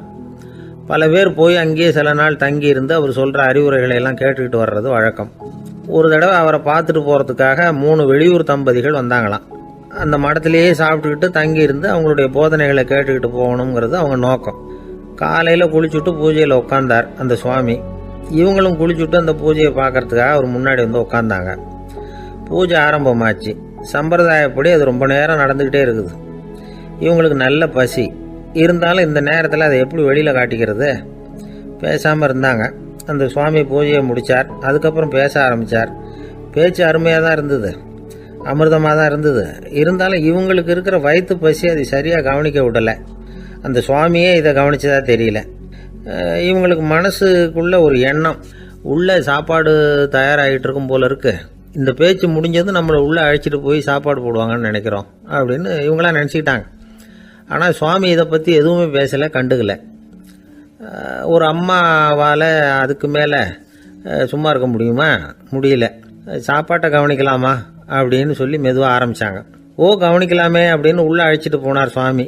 இவங்க ரொம்ப அவசரமாக எழுந்திருச்சு உள்ளே ஓடினாங்க. அங்கே ஒரு மேஜை மேலே ஒரு கிண்ணம் மூடி இருந்தது. இதுதான் சாப்பாட்டு மேஜை போல இருக்கு, இங்கே சாப்பாடு வந்துடும் அப்படின்னு நினச்சாங்க. உடனே போய் சுற்றி உட்காந்துக்கிட்டாங்க. சுவாமி அந்த கிண்ணத்தை எடுத்து அந்த அம்மா கிட்ட கொடுத்தார். அவங்க அதை வாங்கி மூடியை திறந்து பார்க்குறாங்க. உள்ளே ஒரு சாவி இருக்குது. சரிதான், இது சமையலறை சாவி போல இருக்கு. அங்கே போய் அதை திறந்து சாப்பாட்டை நாமே எடுத்துக்கிட்டு வந்து இங்கே வச்சுக்கிட்டு சாப்பிடணும் போல இருக்கு அப்படின்னு நினச்சாங்க. சாவி இருக்கு இல்லையா, வாங்க பூட்டு நிறையா காட்டுறேன் அப்படின்னு சுவாமி அவங்கள அழைச்சிட்டு போனார், காட்டினார். இவங்க அந்த அறையை ரொம்ப அவளோடு திறந்தாங்க. உள்ளே பார்த்தா அங்கே அரிசி, பருப்பு, விதவிதமான காய்கறி எல்லாம் இருக்குது. சமையலுக்கு வேண்டிய மிளகாய், எண்ணெய், பால், தயிர், நெய் இப்படி எல்லாமே இருக்குது. அடுப்பு, விறகு, நெருப்பு போட்டி அது கூட அங்கே இருக்குது. சாப்பாடு தயாராக இருக்கும்னு நினச்சிக்கிட்டு போனால் இப்படி இருக்குதே அப்படின்னு சொல்லி அதை பார்த்ததும் ரொம்ப சோர்ந்து போட்டாங்க அவங்க. சுவாமி, என்ன இது சாப்பாடு இல்லையா அப்படின்னாங்க. அதுதான் சாப்பாட்டுக்கு வேண்டிய எல்லாம் இங்கே இருக்குதே. அடுப்பு மூட்டி நீங்கள் தான் அவங்கவுங்க ருசிக்கு தகுந்த மாதிரி சமைச்சிக்கணும். இந்த சன்னியாசிக்கு எப்படி சமைக்க தெரியும் அப்படின்னு கேட்டார் சுவாமி. சாப்பாடு தயாராக இருக்கும்னு நாங்கள் எதிர்பார்த்தோம் அப்படின்னாங்க. நீங்கள் இப்படி சொல்லுவீங்கன்னு நானும் எதிர்பார்த்தேன். இது வரைக்கும் நான் எவ்வளவோ தத்துவம்லாம் எடுத்து சொன்னேன். எல்லாத்தையும் விட இதுதான் அனுபவபூர்வமான தத்துவம். ஆண்டவன் நமக்கு நல்ல மனசை கொடுத்துருக்குறான், நல்ல வாய்ப்புகளையும் தந்திருக்கிறான், அதையெல்லாம் பயன்படுத்திக்கக்கூடிய மூளையையும் சிந்தனையையும் கொடுத்துருக்குறான். அதனால் அடுப்பை தான் நீங்கள் மூட்டணும். அடுப்பு நீங்கள் தான் மூட்டணும். உங்களுக்கு உகந்ததை நீங்கள் தான் சமைச்சு ருசித்து அனுபவிக்கணும். ஆண்டவனே அதை செஞ்சிகிட்டு இருக்க மாட்டான் அப்படின்னாராம் அந்த சுவாமி. நம்முடைய வாழ்க்கையில் பல நல்ல பலன்களை பெறறதுக்கு நாம் தான் முயற்சி பண்ணணும். அதுக்குரிய சூழ்நிலையை தான் ஆண்டவன் கொடுப்பானே தவிர அதை விளக்கறதுக்காக தான் அந்த சுவாமி அப்படி செஞ்சு காட்டியிருக்கிறார். இது ஒரு பெரியவர் இப்படி ஒரு விளக்கம் கொடுத்தார். அதுக்கப்புறம் அந்த 3 தம்பதிகளும் தெளிவடைஞ்சுட்டாங்களாம். நாம் தெளிவடைகிறது எப்போங்கிறது தான் தெரியல அப்படின்னு பல பேர் இதை கேட்டுட்டு சொல்லிகிட்டு இருக்கிறாங்க. இந்த கதையை நம்முடைய நண்பர் ஒருத்தர்கிட்ட சொன்னேன். அந்த நண்பர் ரொம்ப சந்தோஷப்பட்டார். நீங்கள் சொல்கிறது கரெக்டு சார், ஆனால் நான் அதை விட ஒரு படி மேலே சார். எனக்கெல்லாம் அரிசி, பருப்பு இருக்கிற ரூம் எதுன்னு கையை காட்டிட்டா போதும். உடனே கிண்ணத்துலேருந்து சாவியை எடுத்து கொடுக்கணுங்கிற அவசியம்லாம் இல்லை எனக்கு. அப்புறம் எப்படி ரூமை திறந்துருவீங்க அப்படின்னு கேட்டேன். பூட்டை உடைச்சி திறந்துருவேன், அதுதான் எனக்கு பழக்கம் அப்படிங்கிறார்.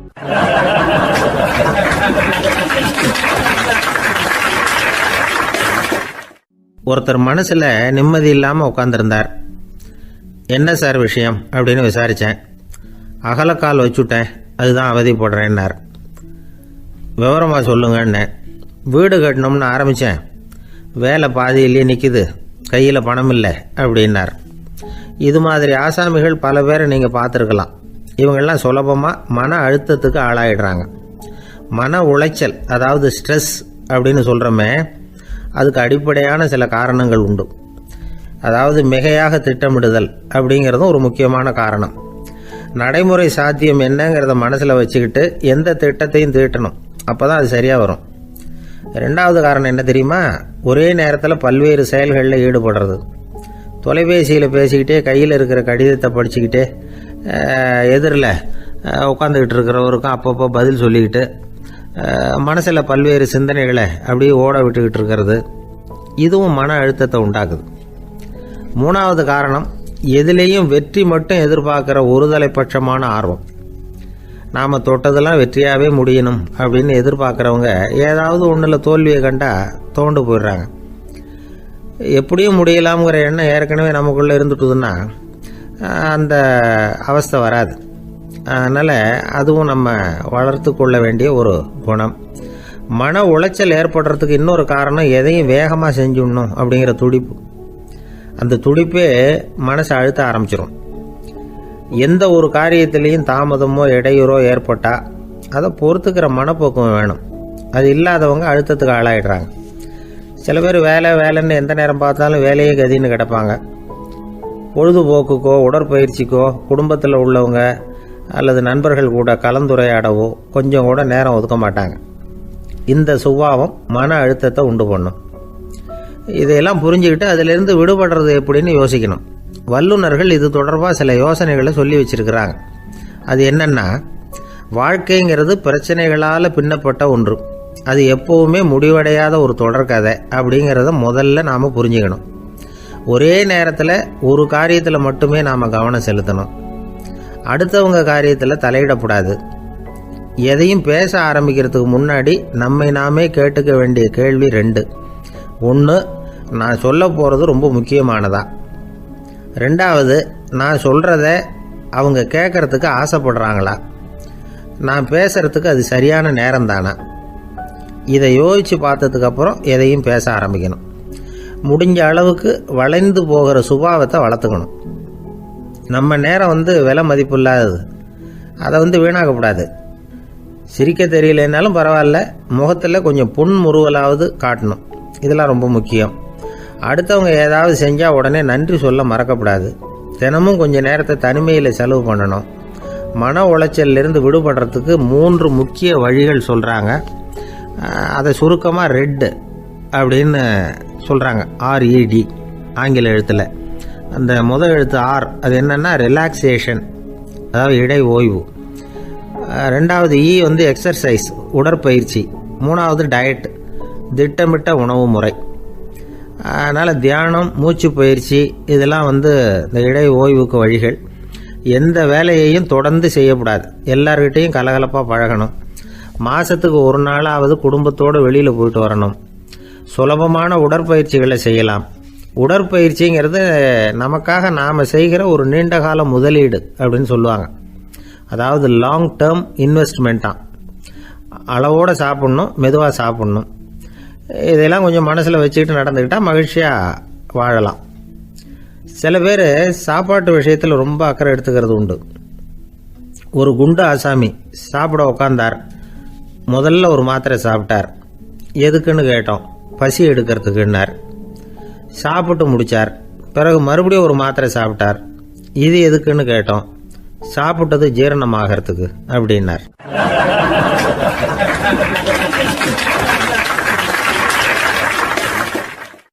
ஒரு காலத்தில் பிரஷ்யா அப்படின்னு ஒரு தேசம் இருந்தது. இப்போ ஜெர்மனி இருக்குல்ல, இதோட பெரும்பகுதி ஒரு காலத்தில் பிரஷ்யாங்கிற பேரில் இருந்தது. அப்போ அதுக்கு அரசராக இருந்தவர் மகா ஃப்ரெடரிக், அதாவது ஃப்ரெடரிக் தி கிரேட் அப்படின்னு சொல்லுவாங்க. அந்த ராஜாவுக்கு ஒரு சந்தேகம். நாம் பல வகையான வரிகளை விதித்து வசூல் பண்ணுறோம். அப்படி பண்ணி வருமானம் குறைஞ்சிக்கிட்டே போகுதே, இதுக்கு என்ன காரணமாக இருக்கும்? இதுதான் அவருக்கு ஏற்பட்ட சந்தேகம். ஒரு சமயம் அந்த அரசர் தம்முடைய அமைச்சர்களையும் பிரபுக்களையும் தளபதிகளையும் கூப்பிட்டு ஒரு விருந்து வச்சார். விருந்து முடிஞ்சதும் அவங்கள பார்த்து இந்த சந்தேகத்தை கேட்டார். வரிகள் அதிகமாக விதித்து வருமானம் குறையறதுக்கு என்ன காரணம் அப்படின்னு கேட்டார். பல பேருக்கு இதுக்கு சரியாக பதில் சொல்ல தெரியல. அனுபவசாலியான ஒரு தளபதி எழுந்திருச்சார். அரசே, அது எப்படிங்கிறத இப்போ உங்களுக்கு காட்டுறேன்னார். உடனே ஒரு பெரிய பனிக்கட்டி ஒன்றை தன்னுடைய கையில் எடுத்தார். அதை அப்படியும் எப்படியும் திருப்பி பார்த்தார். அப்புறம் அடுத்தவர்கிட்ட கொடுத்தார். அவர் அதை அப்படியும் எப்படியும் திருப்பி பார்த்துட்டு அடுத்தபடியாக இருந்தவர்கிட்ட கொடுத்தார். இப்படியே இதை ஒவ்வொருத்தராக பார்த்துட்டு ஒவ்வொரு கையாக மாறி கடைசியில் மன்னர் கைக்கு போய் சேர்ந்தது. மன்னர் கைக்கு அந்த பனிக்கட்டி போய் சேர்ந்தப்போ அது கொஞ்சம் கொஞ்சமாக உருகி ஒரு பட்டாணி கடலை சைஸுக்கு ஆயிட்டுது. மன்னர் யோசனை பண்ணார். வரி அதிகமாக போட்டாலும் வந்து சேர்றது குறைவாக இருக்கிறதுக்கு என்ன காரணம் அப்படிங்கிறது அவருக்கு புரிஞ்சு போச்சு. காலம்தான் மாறிட்டு இருக்கே தவிர இந்த கையூட்டு வாங்குற பழக்கம் மாறினதாக தெரியல. இன்னொரு ராஜா இருந்தார். அவர் தன்னுடைய ராஜாங்கத்தில் லஞ்ச ஊழலே சுத்தமாக இருக்கக்கூடாது அப்படின்னு நினச்சார். அவர்கிட்ட பல்வேறு துறைகளுக்கும் பொறுப்பாக இருந்த பல பேரும் ரொம்ப சுத்தமாகவும் நேர்மையாகவும் இருந்தாங்க. ஒரே ஒருத்தர் மட்டும் எல்லார்கிட்டையும் லஞ்சம் வாங்கிட்டே இருந்தார். அவரை வேறு வேறு துறைகளுக்கு மாற்றி பார்த்தாரு. அந்த ராஜா என்னென்னமோ பண்ணி பார்க்குறாரு. எந்த வேலையை கொடுத்தாலும் அதுலேயும் லஞ்சம் வாங்குறதுக்கு ஒரு வழியை உண்டு பண்ணிக்குவார் அந்த ஆள். ராஜாவுக்கு இது ஒரு பெரிய தலைவலியாக போட்டுது. இவர் என்ன பண்ணுறது, இவருக்கு என்ன வேலையை கொடுக்கறது, கொஞ்சம் கூட லஞ்சம் வாங்கிறதுக்கு சான்ஸே இல்லாத ஒரு வேலையை கொடுக்கணும் அப்படின்னு திட்டம் போட்டார். ஒரு நாள் அவருக்கு அந்த உத்தரவும் போட்டுட்டார். அதாவது அவருக்கு என்ன வேலைன்னா, கடற்கரையில் தான் அவருக்கு ஆஃபீஸ், அங்கேயே இருந்துக்க வேண்டியது. தினமும் எத்தனை கடல் அலை கரையில் வந்து மோதுது அப்படிங்கிறத கணக்கு எடுத்து ராஜாவுக்கு தெரிவிக்க வேண்டியது. இதுதான் அவருக்கு வேலை. பேசாமல் அலையை எண்ணிட்டு உட்காந்துருக்கிட்டோம், அப்போவாவது அவர் லஞ்சம் வாங்குகிற சந்தர்ப்பம் இல்லாமல் போயிடும் அவருக்கு அப்படின்னு நினச்சார் ராஜா. இந்த ஆள் கடற்கரைக்கு போய் டியூட்டியில் ஜாயின் பண்ணிட்டார். ஒரே மாதத்தில் அங்கே சொந்தமாக ஒரு பிரம்மாண்டமான மாளிகை கட்டிவிட்டார். ராஜாவுக்கு இது பெரிய ஆச்சரியமாக போச்சு. அலையை என்ற வேலையில் அந்த ஆள் எப்படி பணம் சம்பாதிச்சார் அப்படின்னு விசாரித்து பார்த்தார் அக்கம் பக்கத்தில். அந்த ஆள் என்ன பண்ணியிருக்கிறாருன்னா, கடற்கரையில் போய் பொறுப்பை ஏற்றுக்கிட்ட உடனே அங்கே இருந்த மீனவர்கள்கிட்ட எல்லாம் இந்த கரையில் வந்து ஒரு நாளில் வந்து மோதுற அலைகள் எத்தனை அப்படின்னு கேட்டிருக்காரு. அது எப்படிங்க தெரியும்னு இருக்காங்க அவங்க. தினமும் அந்த எண்ணிக்கை தெரியணும், நம்ம ராஜாவுக்கு தினமும் அறிக்கை அனுப்பணும், டெய்லி ரிப்போர்ட்டு. தவறுனா நீங்கள் இந்த கடலில் போய் மீன் பிடிக்கிறதுக்கு ராஜாவோட அனுமதி கிடைக்காது அப்படின்ட்டுருக்காரு. உடனே மீனவர்களும் பயந்து போட்டாங்க. கடலுக்கு போகிறதுக்கு அனுமதி இல்லைன்னா பட்டினி கிடக்கிறது மாதிரி ஆகிடுமே. மெதுவாக அந்த ஆளுகிட்ட போனாங்க, காதோட காதாக சொன்னாங்க, ஐயா எங்களால் வந்து கடல் அலையை வந்து எண்ண முடியாது, தினமும் எங்களால் முடிஞ்சதை உங்களுக்கு பணமாக கொடுத்துட்றோம், நீங்கள் தான் ராஜா கிட்ட சிபாரிசு பண்ணி நாங்கள் தொடர்ந்து மீன் பிடிக்கிறதுக்கு அனுமதி வாங்கி கொடுக்கணும் அப்படின்னு வேண்டிக்கிட்டாங்க. பணம் தினமும் வந்து சேர ஆரம்பிச்சுட்டுது. பதவியில் மற்ற பதவியோட இந்த பதவி எவ்வளவோ மேல் அப்படின்னு நினச்சிட்டான் அந்த ஆள். அது மட்டும் இல்லை, தயவு பண்ணி என்னை இந்த இடத்த விட்டு மாற்றி விடாதீங்க சார் அப்படின்னு வேற கேட்க ஆரம்பிச்சிட்டானா.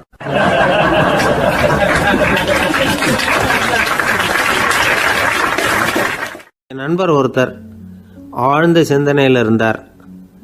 என்ன யோசனை பண்ணுறீங்கன்னு கேட்டேன். தலைவர் ஆகணும்னு பார்க்குறேன், அதுதான் என்ன வழின்னு யோசிச்சுக்கிட்டு இருக்கேன்னார்.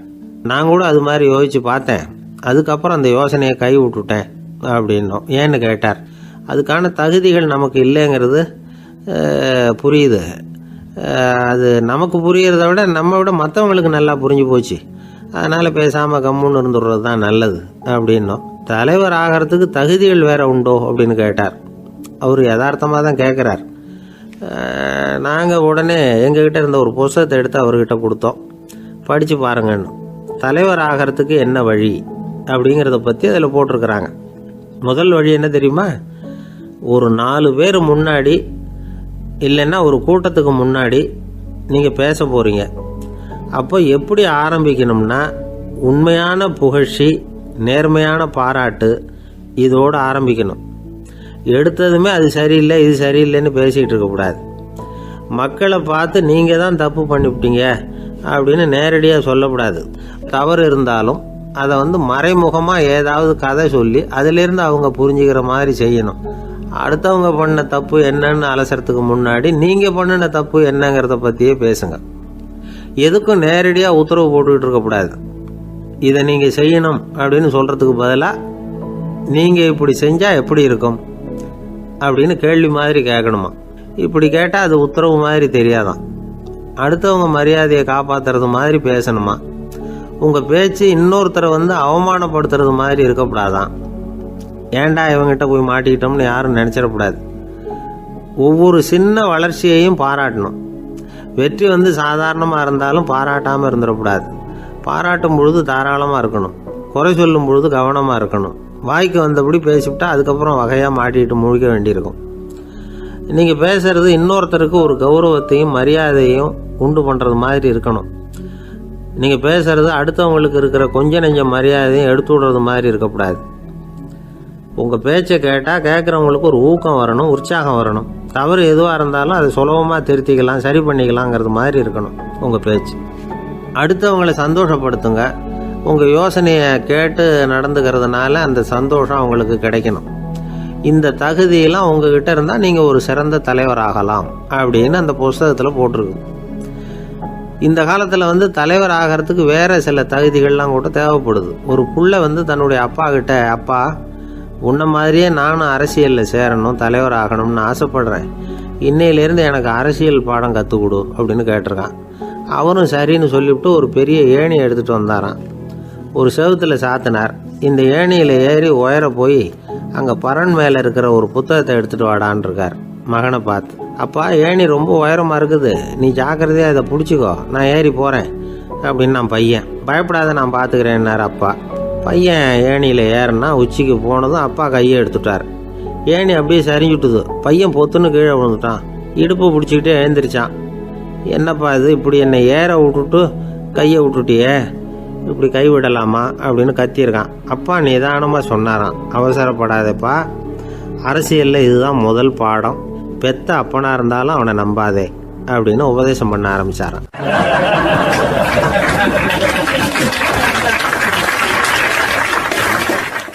கிபி 1078 வருஷம் மார்ச் மாதம் 19ஆம் தேதி திங்கட்கிழமை அதிகாலை நேரம் ஒரு குழந்தை பிறந்தது. எங்க தெரியுமா?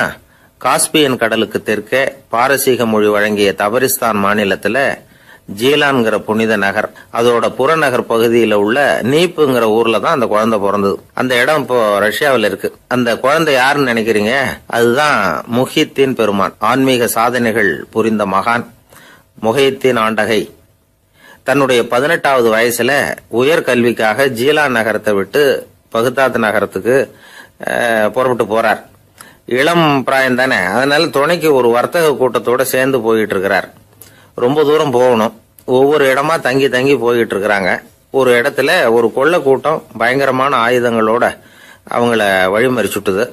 அந்த வர்த்தக கூட்டம் வச்சிருந்த பொருள்களை எல்லாம் அவங்க பறிச்சு விடுறாங்க. இவங்களும் பயந்துகிட்டு இருந்தது எல்லாத்தையும் அவங்க கிட்ட கொடுத்துடுறாங்க. முஹித்தீன் ஆண்டகை மட்டும் இதையெல்லாம் பார்த்துக்கிட்டு தனியா ஒதுங்கி நிற்கிறார். ஒரு 18 வயசு பையன் மட்டும் இப்படி தனியா அநாத சிறுவன் மாதிரி நின்றுட்டு இருக்கிறத அந்த கொள்ளை கூட்டத்தில் இருந்த ஒருத்தன் பாக்குறான். கிட்ட நெருங்கி வர்றான். அலட்சியமாகவும் கிண்டலாகவும் உங்ககிட்ட ஏதாவது இருக்குதா அப்படின்னு கேட்கறான். இவங்கிட்ட என்ன இருக்க போகுது அப்படிங்கிற நம்பிக்கையில அவன் அப்படி கேட்கறான். உடனே இவரு, ஓ இருக்குதே, என்கிட்ட 40 தீனார் இருக்கு அப்படிங்கிறார். இப்படி சொல்லியும் அந்த கொள்ளைக்காரனுக்கு நம்பிக்கை வரல. என்னிடம் விளையாடாத, பொய் சொல்லாத, உண்மையை சொல்லு அப்படிங்கிறான் அவன். உண்மையைத்தான் சொல்றேன், என்கிட்ட 40 தீனார் இருக்கு அப்படிங்கிறார் இவர். எங்க வச்சிருக்கிற அப்படின்னு கேக்குறான். சட்டையின் விழாப்புறத்துல உள்ள பகுதியில அதை வச்சு தச்சிருக்கிறாங்க அப்படின்னு உண்மையை சொல்றார். உடனே கொள்ளை கூட்ட தலைவன் அதை கத்தியால கீறிப்பார் அப்படின்னு உத்தரவு போடுறான். அந்த சட்டையை கிழிக்கிறாங்க. உள்ள இருந்து 40 பொற்காசுகளும் பொல பொலன்னு கீழே கொட்டுச்சு. அதை பார்த்த உடனே அந்த கொள்ளை கூட்ட தலைவன் மலைச்சு போய் நின்னுட்டான்.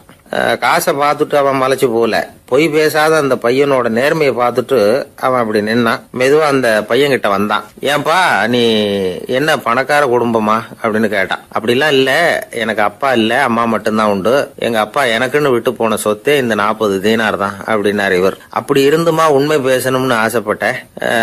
என்கிட்ட ஒண்ணும் இல்லைன்னு ஒரு வார்த்தை சொன்ன உன்னை விட்டுருப்போமே அப்படின்னா அவன். அப்படி இல்லைங்க, நான் இறைவன் திருநாமத்தை அறியக்கூடிய கல்வி ஞானத்துக்காக இப்ப போயிட்டு இருக்கிறேன்.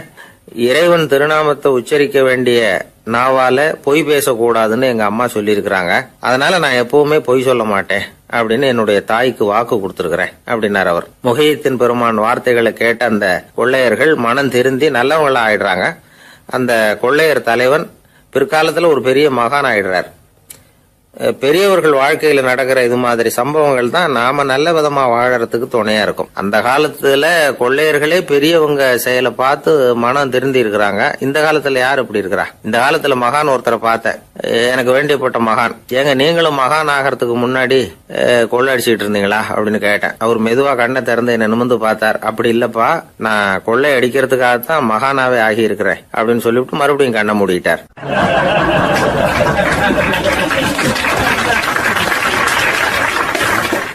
என்னுடைய நீண்டகால நண்பர் ஒருத்தர் வருஷம் தவறாமல் திருநள்ளாறு அப்படிங்கிற திருத்தலத்துக்கு போயிட்டு வர்றது வழக்கம். அங்க என்ன சார் விசேஷம்னு கேட்கறது உண்டு. என்ன இப்படி கேட்குறீங்க? சனி பகவான் நலன் விருப்பப்படி அங்கதானே எழுந்தருளி இருக்கிறார்.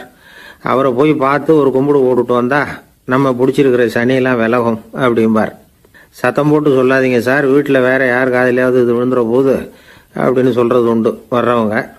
இப்போ நான் சொல்றதுல உள்ள நியாயத்தை புரிஞ்சுக்கிட்டு அவரும் கொஞ்சம் எச்சரிக்கை உணர்வோட நமக்கு நன்றி சொல்லுவார்னு வச்சுங்களேன். அதாவது பார்வை மூலமாவே. அந்த நண்பருக்கு ஆன்மீக விஷயங்கள்ல அதிக ஈடுபாடு உண்டு. அப்பப்போ சில புராண கதைகளை எல்லாம் சொல்றது உண்டு. ரொம்ப சுவாரஸ்யமா இருக்கும். எப்பவுமே புராண விஷயங்களை எல்லாம் அறிவியலுங்கிற தராசில் வச்சு எடை போட்டுட்டு இருக்கக்கூடாது.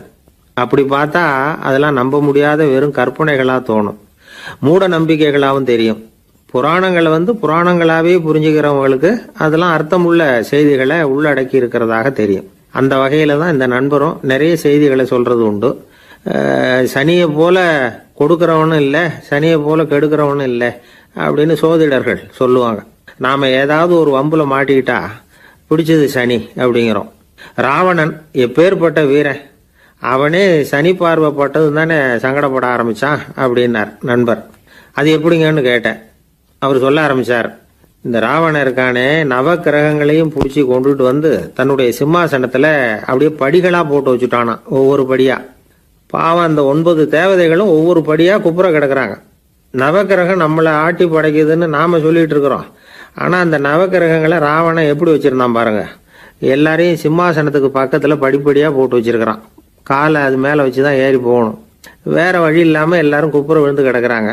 ராவணன் ஒவ்வொரு தடவையும் இவங்க முதுகில் அடி வச்சு ஏறி தான் அந்த சிம்மாசனத்துக்கு போகிறது வழக்கம்.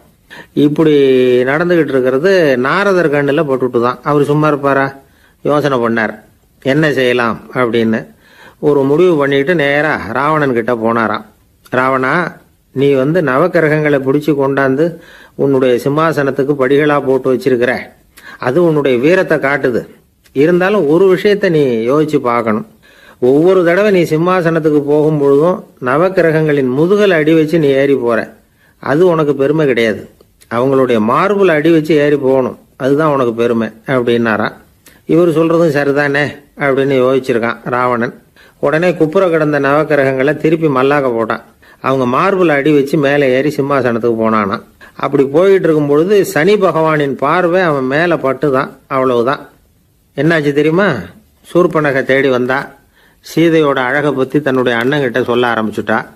விவகாரம் ஆரம்பமாயிட்டது. அதுதான் சனியனுடைய வேலை அப்படின்னு சொல்லி இந்த கதையை சொல்லி முடிச்சார் என்னுடைய நண்பர். ஆக சனியின் பார்வை நம்ம பேல படாமல் பார்த்துக்கிறது தான் நல்லதுங்கிறீங்க அப்படின்னு. ஆமாம் சார், இப்போ கூட நான் உங்கள் வீட்டுக்கு வந்திருக்கிறதே ஒருத்தருடைய பார்வை என் மேலே படக்கூடாதுங்கிறதுக்காகத்தான் அப்படின்னார். யாருங்க அதுன்னு என்னுடைய மாமனார் சார். அவசரத்துக்கு அவர்கிட்ட கொஞ்சம் கடன் வாங்கிவிட்டேன். நம்ம மாப்பிள்ளை தானேன்னு சொல்லி அவர் விட்டு கொடுக்கறதுக்கு தயாராக இல்லை. இன்னைக்கு இப்போ அவர் எங்கள் வீட்டுக்கு வரக்கூடிய நேரம், அதுதான் அவர் பார்வையிலேருந்து படாமல் தப்பிக்கலாங்கிறதுக்காக இங்கே வந்துட்டேன் அப்படின்னார். பார்வை படணும்னு இருந்தால் பட்டு தான் தீரும் போல இருக்கு அப்படின்னா. என்ன சார் சொல்கிறீங்கன்னார் ஒன்றும் புரியாமல். நீங்கள் இங்கே தான் வருவீங்கன்னு அவருக்கு ஏற்கனவே தெரியும் போல இருக்கு. அதனால் உங்களுக்கு முன்னாடியே உங்கள் மாமனார் இங்கே வந்துட்டார். அதுவும் அந்த பீரோவுக்கு பக்கத்தில் தான் பின்னாடி மறைஞ்சு நின்றுட்டு இருக்கிறார் அப்படின்னு.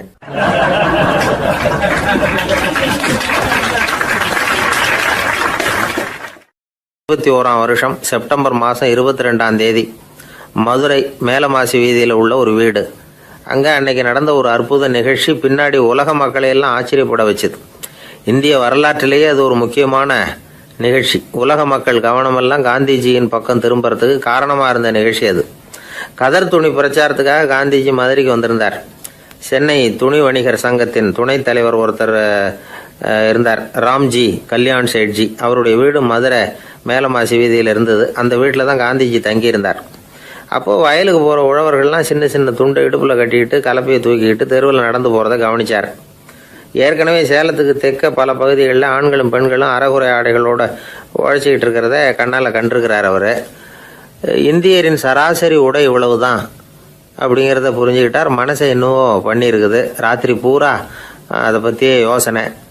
22/9/21 வியாழக்கிழமை காலையில் காந்திஜி எழுந்திருக்கிறார். அவர் கூட தங்கியிருந்தவங்களையெல்லாம் பார்த்து சொன்னார், இன்னையிலிருந்து அறையில் முழு அகல துண்டு தான் கட்டுவேன். குளிர் அதிகமாக உள்ள காலங்களில் மட்டும் போர்வை ஒன்றும் உபயோகப்படுத்துவேன். மற்றபடி மேலங்கியோ குல்லாவோ எதுவும் போட்டுக்க மாட்டேன். தற்காலிகமாக இந்த ஏற்பாட்டை 1 மாதத்துக்கு ஏற்றுக்குவேன். அதுக்கு பிறகு உசிதம் போல் எண்ணி பார்த்து முடிவு பண்ணுவேன் அப்படின்னார். அவருடைய குரல் உறுதியாக இருந்துதான்.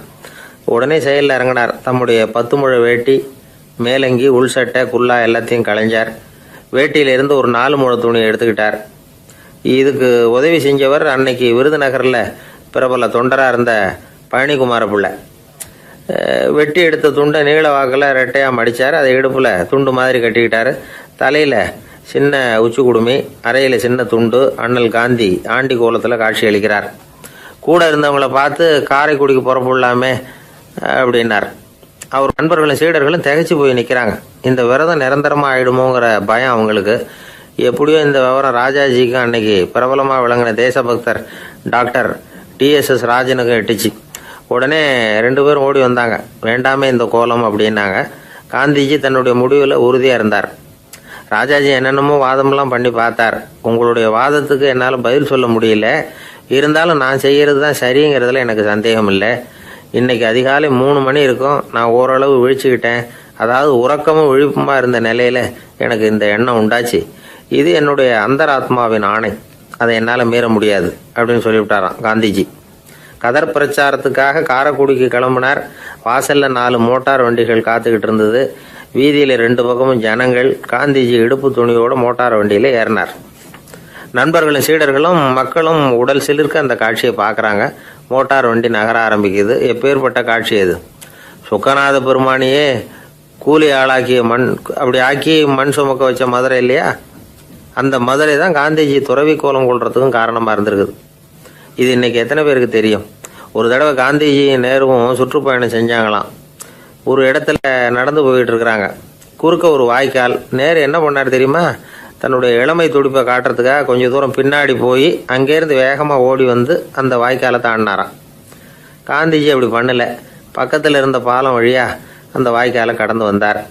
நேரு காந்திஜியை பார்த்து சிரிச்சுக்கிட்டே, என்ன மாதிரி நீங்களும் தாண்டி இருக்கலாமே அப்படின்னாராம். அதுக்கு காந்திஜி சிரிச்சுக்கிட்டே சொன்னாராம், 2 அடி முன்னேறதுக்காக 5 அடி பின்னாடி போறதா அப்படின்னாராம்.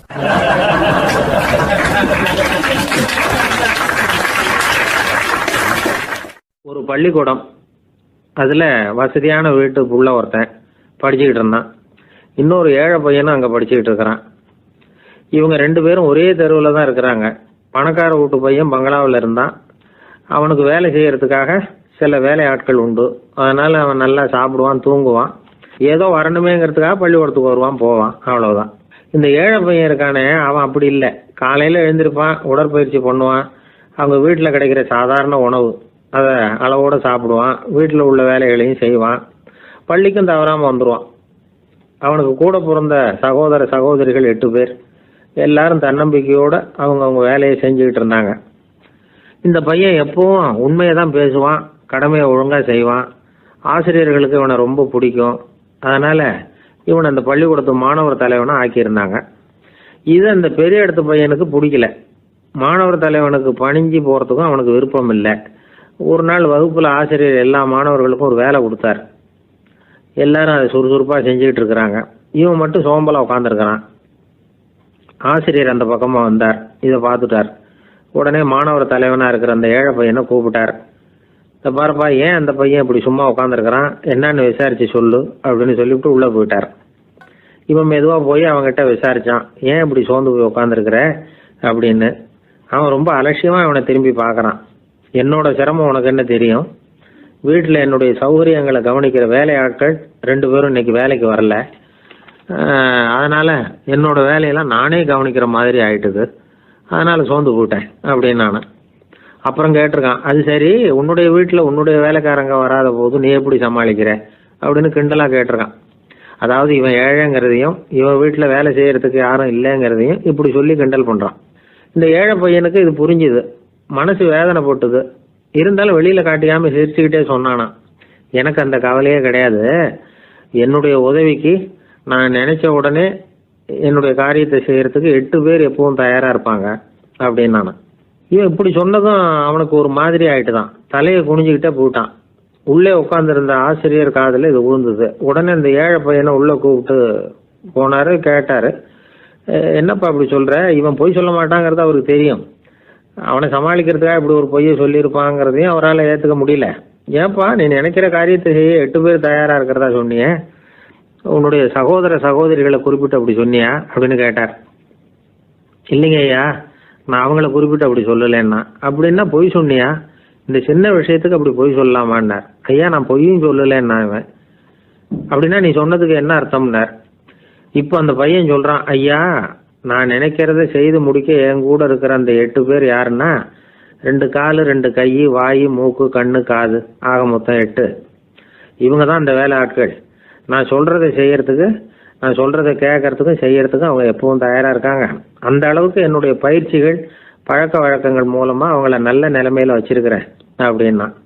இந்த கதையை சுவாமி சின்மயானந்தர் சொல்றது வழக்கம். இயற்கை நமக்கு கொடுத்துருக்கிற வேலையாட்கள் இந்த 8. இவங்களை நல்ல முறையில் வச்சிருந்து வேலை வாங்க வேண்டியது நம்முடைய கடமை. அந்த கடமையை ஒழுங்கா செஞ்சுக்கிட்டு வந்தா வாழ்க்கையில வெற்றி நிச்சயம். இல்லைன்னா குழப்பம்தான். புத்தி சரியா இல்லைன்னா இந்த வேலையாட்கள் நாம சொல்றதை கேட்க மாட்டாங்க. ஒருத்தன் குடி போதையில தள்ளாடி தள்ளாடி போய் ஒரு மரத்துல முட்டிக்கிட்டானான். தலையில கட்டு போட்டுக்கிட்டு மறுநாள் வந்திருக்கான். ஏன்டா இப்படி பண்றேன்னு கேட்டிருக்காங்க. நான் ஒதுங்கி போன்னு தான் சொன்னேன், அது கேட்கல அப்படின்றான். எது கேட்கல? உன்னோட காலா அப்படின்னு கேட்டிருக்காங்க. இல்லைங்க, அந்த மரம் அப்படின்னு நானா.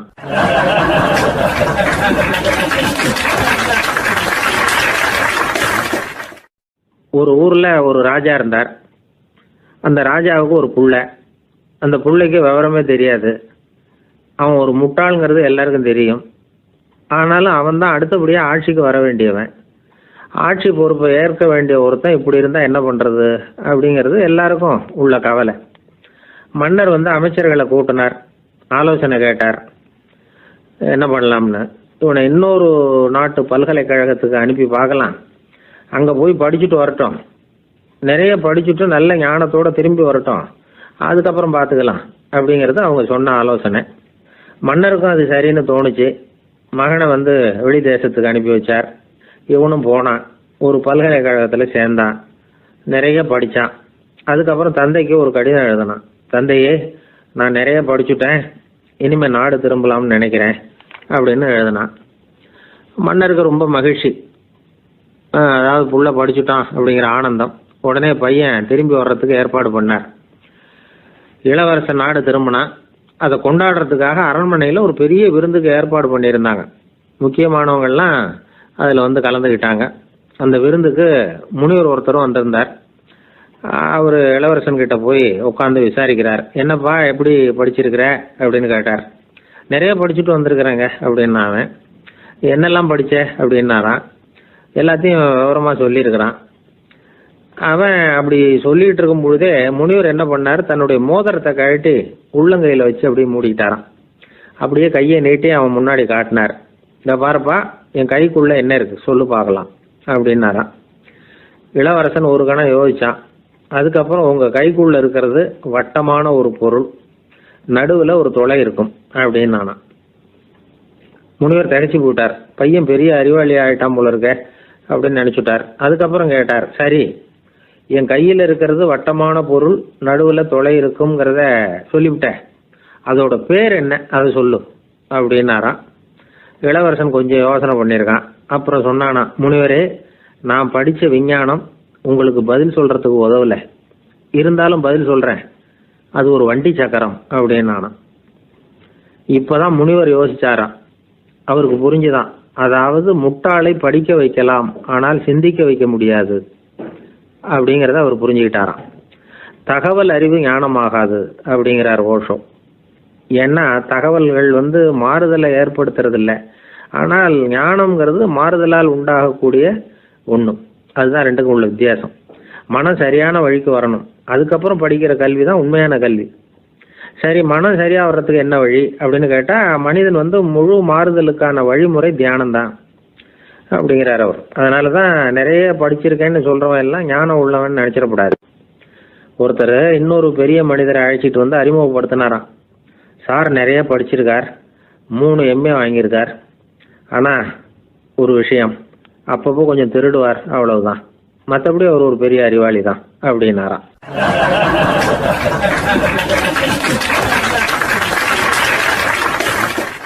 ஒருத்தர் குதிரை ரேஸுக்கு போனார், பணம் கட்டினார், தோத்து போயிட்டார். மறுபடியும் போனார், பணம் கட்டினார், தோத்து போனார். அடுத்த தடவையும் பணம் கட்ட போனப்போ அவரை தடுத்து கேட்டோம், ஏன் சார், ஏற்கனவே விட்டது போதாதா, இன்னமும் இருக்கிறத விடணுமா அப்படின்னு கேட்டோம். விட்டதையெல்லாம் மொத்தமாக எடுக்க வேணாமா சார், அதுக்காக தான் தொடர்ந்து பணம் கட்டுறேன்னார் அவர். இவரை திருத்துறது ரொம்ப கஷ்டம். இது ஒரு மனநோய். மனநோய்களில் பல வகை உண்டு. மனநோய்கள் பிரிவு அட்டவணையில் சூதாட்டம்ங்கிறது அவதியுறும் நோய் அப்படிங்கிற தலைப்பில் வருது. சூதாட்டம் வந்து 2 வகைப்படும்னு சொல்கிறாங்க உளவியல் நிபுணர்கள்.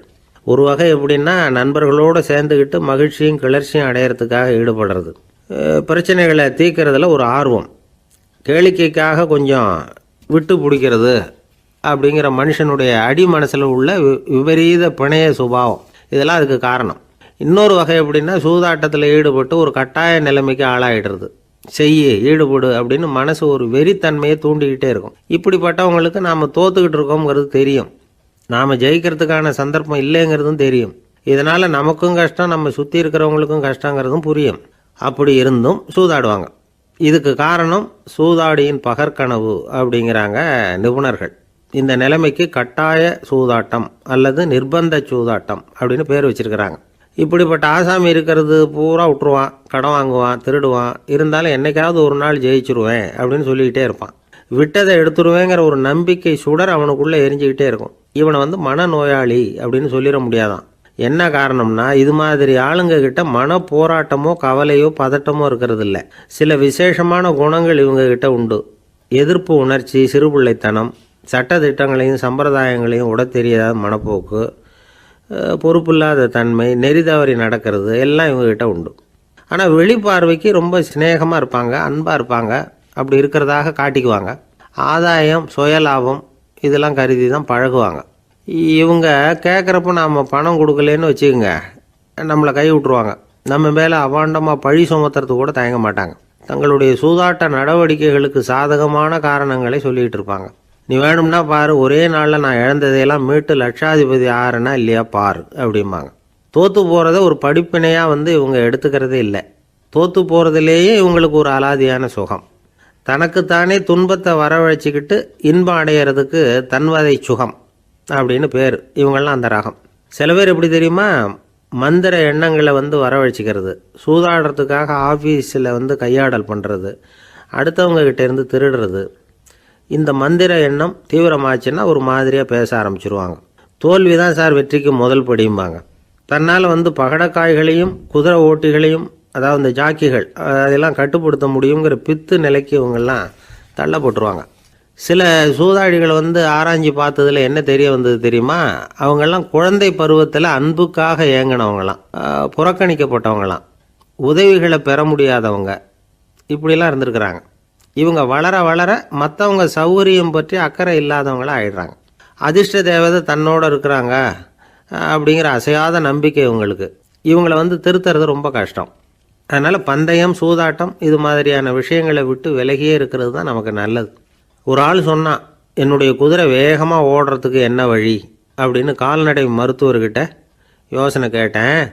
அவர் ஒரு பாட்டில் நிறைய மாத்திரைகளை கொடுத்து தினம் 2 மாத்திரை வீதமாக கொடுக்க சொன்னார். முதல் நாள் 2 மாத்திரையை கொடுத்துட்டு அது மேலே ஏறி உட்கார்றதுக்கு போனேன், அவ்வளவுதான். அதுக்குள்ளே அது அம்பு மாதிரி பாஞ்சு ஓடி போச்சு. நான் இன்னும் உட்காரவே இல்லை, அதுக்குள்ளே பாஞ்சு ஓடி போச்சு அப்படின்னா. அடடா, அப்புறம் நீங்கள் என்ன பண்ணீங்க அப்படின்னு கேட்டாங்க. என்ன பண்ணுறது, மீதி மாத்திரை பூராவே நான் முழுங்கி விட்டு அதுக்கப்புறம் துரத்தி பிடிச்சி அது மேலே ஏறி உட்காந்தேன் அப்படின்னா அவன்.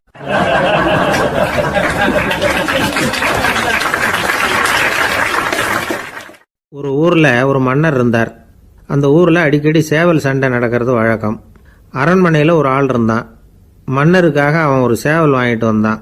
சண்டை போடுறதுக்காக அந்த சேவலை தயார் பண்ணிகிட்டு இருந்தான். கொஞ்ச நாள் ஆச்சு. மன்னர் அந்த ஆளை கூப்பிட்டார். என்னப்பா, சேவல் தயாராகிட்டுதா அப்படின்னு கேட்டார். இன்னும் அது தயாராகல மன்னா, இன்னும் வளரல, அதுக்கான தகுதி இன்னும் அதுக்கு வரல அப்படின்னா.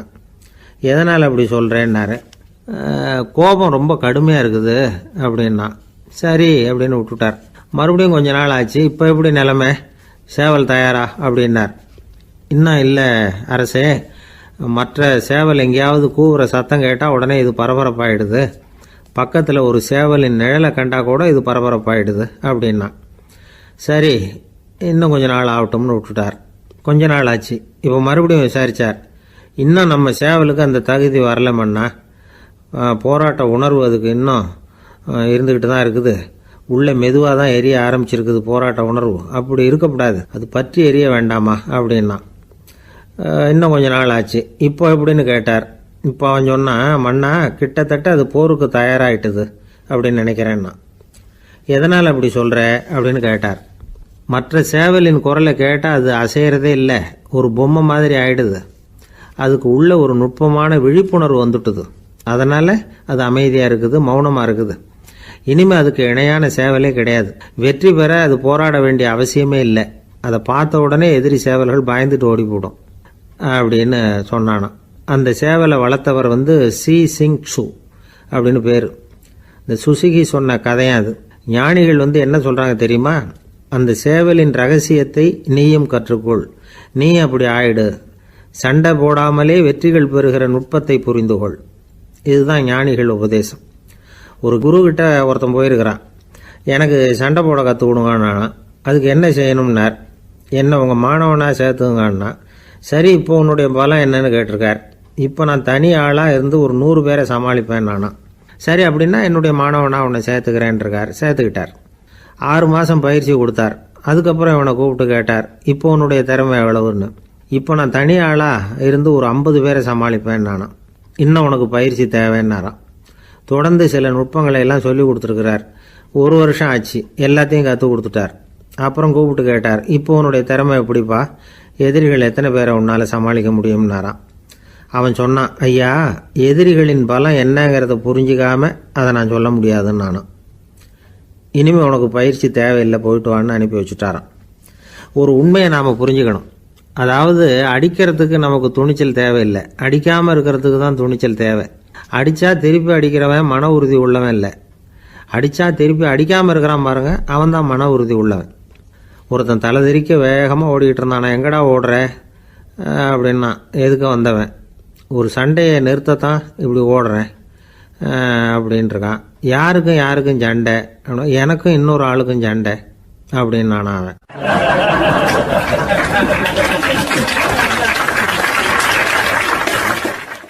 பொங்கல் திருநாள். பொங்கல் திருநாள்னா இது ஏதோ அறுவடை திருநாள் அப்படின்னு சொல்லுவோம்.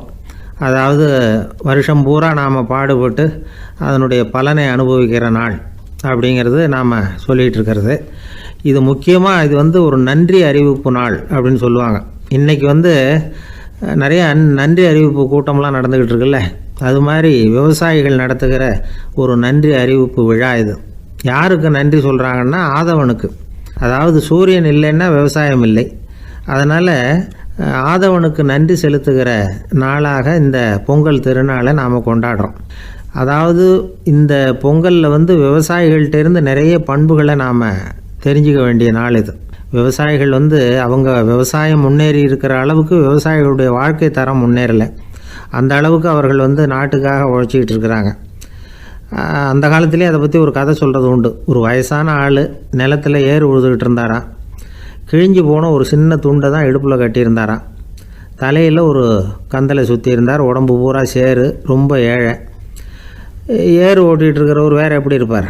இருந்தாலும் அந்த ஆள் ரொம்ப ஜாலியாக பாட்டு பாடிக்கிட்டே ஏறு உழுதுகிட்டு இருந்தாராம். உடம்புல தான் அவர் ஏழையை தவிர மனசில் ஒரு ஏழையாக தெரியல. அந்த சமயத்தில் அந்த நாட்டு ராஜா அந்த பக்கமாக குதிரை மேலே வந்தாராம். வேட்டைக்கு போயிட்டு பரிவாரங்களோடு திரும்பி வந்துக்கிட்டு இருக்கிறார். ரொம்ப செல்வ செழிப்பில் இருக்கிற ராஜா அவர் இந்த வயசான விவசாயியை பார்த்துருக்கார். இந்த ஆள் ரொம்பவும் ஏழைங்கிறது அவர் பார்த்தாவே பளிச்சுன்னு தெரியுது. கட்டிக்கிறதுக்கு நல்ல துணி இல்லை, உடம்போ இழைச்சி போயிருக்குது, வயிறு முதுகில் போய் ஒட்டிக்கிட்டு இருக்கு, கண்ணு குழி விழுந்து போயிருக்குது. ஆனாலும் முகத்தை பார்த்தா சந்தோஷமாக இருக்கிற மாதிரி இருக்குது. இவ்வளோ உற்சாகமாக பாடிக்கிட்டு இருக்கிறாரே அப்படின்னு ஆச்சரியமாக நினச்சி பார்த்தார் அந்த ராஜா. சரி, அவர்கிட்ட கொஞ்சம் பேச்சு கொடுத்து பார்க்கலாம் அப்படின்னு முடிவு பண்ணார். ஐயா பெரியவரே, இப்படி கொஞ்சம் வர முடியுமான்னாராம். பொழுது போகிறதுக்குள்ளே நான் இந்த வயல் பூரா உழவு ஓட்டி ஆகணும், அதனால் பேசுகிறதுக்கு நேரம் இல்லை அப்படின்னாராம் அந்த பெரியவர். என்ன அவ்வளவு அவசரமாக? மீதி இருந்தால் நாளைக்கு உழுதக்கூடாதா? அது சரி, உனக்கு எத்தனை ஏக்கர் நிலம் இருக்குது அப்படின்னு விசாரிச்சிருக்கார் ராஜா. எனக்குன்னு சொந்தமாக உள்ளங்கை அளவு கூட நிலம் கிடையாது. இது எங்கள் முதலாளியோட நிலம். இதை பூராவும் உழுது முடித்தா தான் அவர் கூலி கொடுப்பார். நான் கூலிக்கு உழுதுகிட்டு இருக்கிறேன். உங்ககிட்ட பேசிக்கிட்டு இருந்தால் அவருக்கு துரோகம் பண்ணது மாதிரி ஆகிடும் அப்படின்னாராம். ராஜா குதிரையை விட்டு கீழே இறங்கினார். வரப்பில் நடந்து அந்த பெரியவர்கிட்டே போனாராம். சரி, ஒரு நாள் பூரா உழுதா உனக்கு எவ்வளவு கூலின்னு கேட்டிருக்கார். 8 அணா கூலி கிடைக்கும்னாராம் அவர்.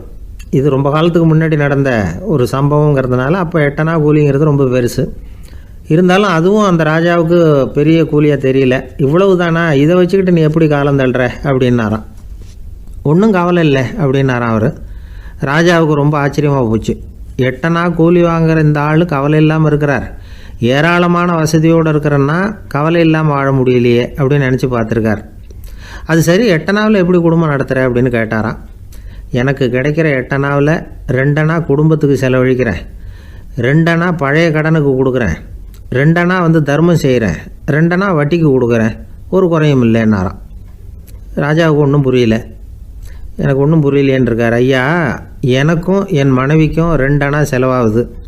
வயசான அம்மா அப்பா இருக்கிறாங்க, சின்ன வயசில் என்னை காப்பாற்றினவங்க அவங்க.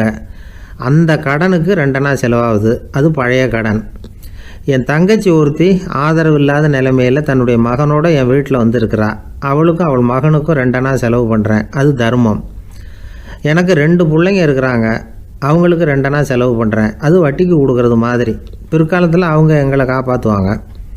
அந்த வகையில் நான் திருப்தியோடு வாழ்ந்துக்கிட்டு இருக்கிறேன் அப்படின்னாராம். ராஜாவுக்கு அர்த்தம் புரிய ஆரம்பிச்சுதான்.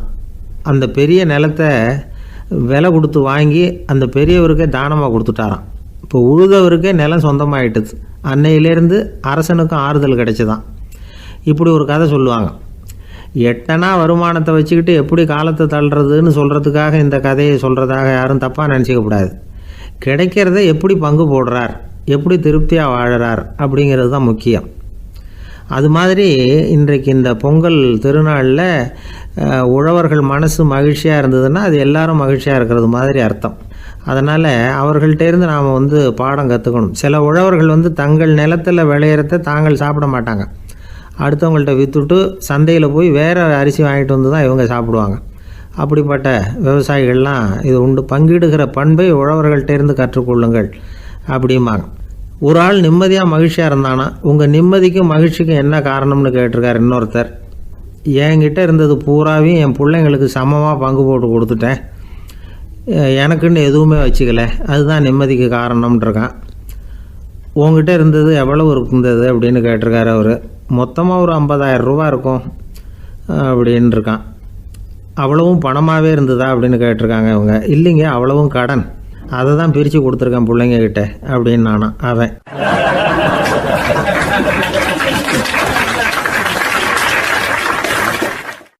எது ரொம்பவும் கஷ்டமான காரியம் அப்படின்னு கேட்டார் ஒருத்தர்.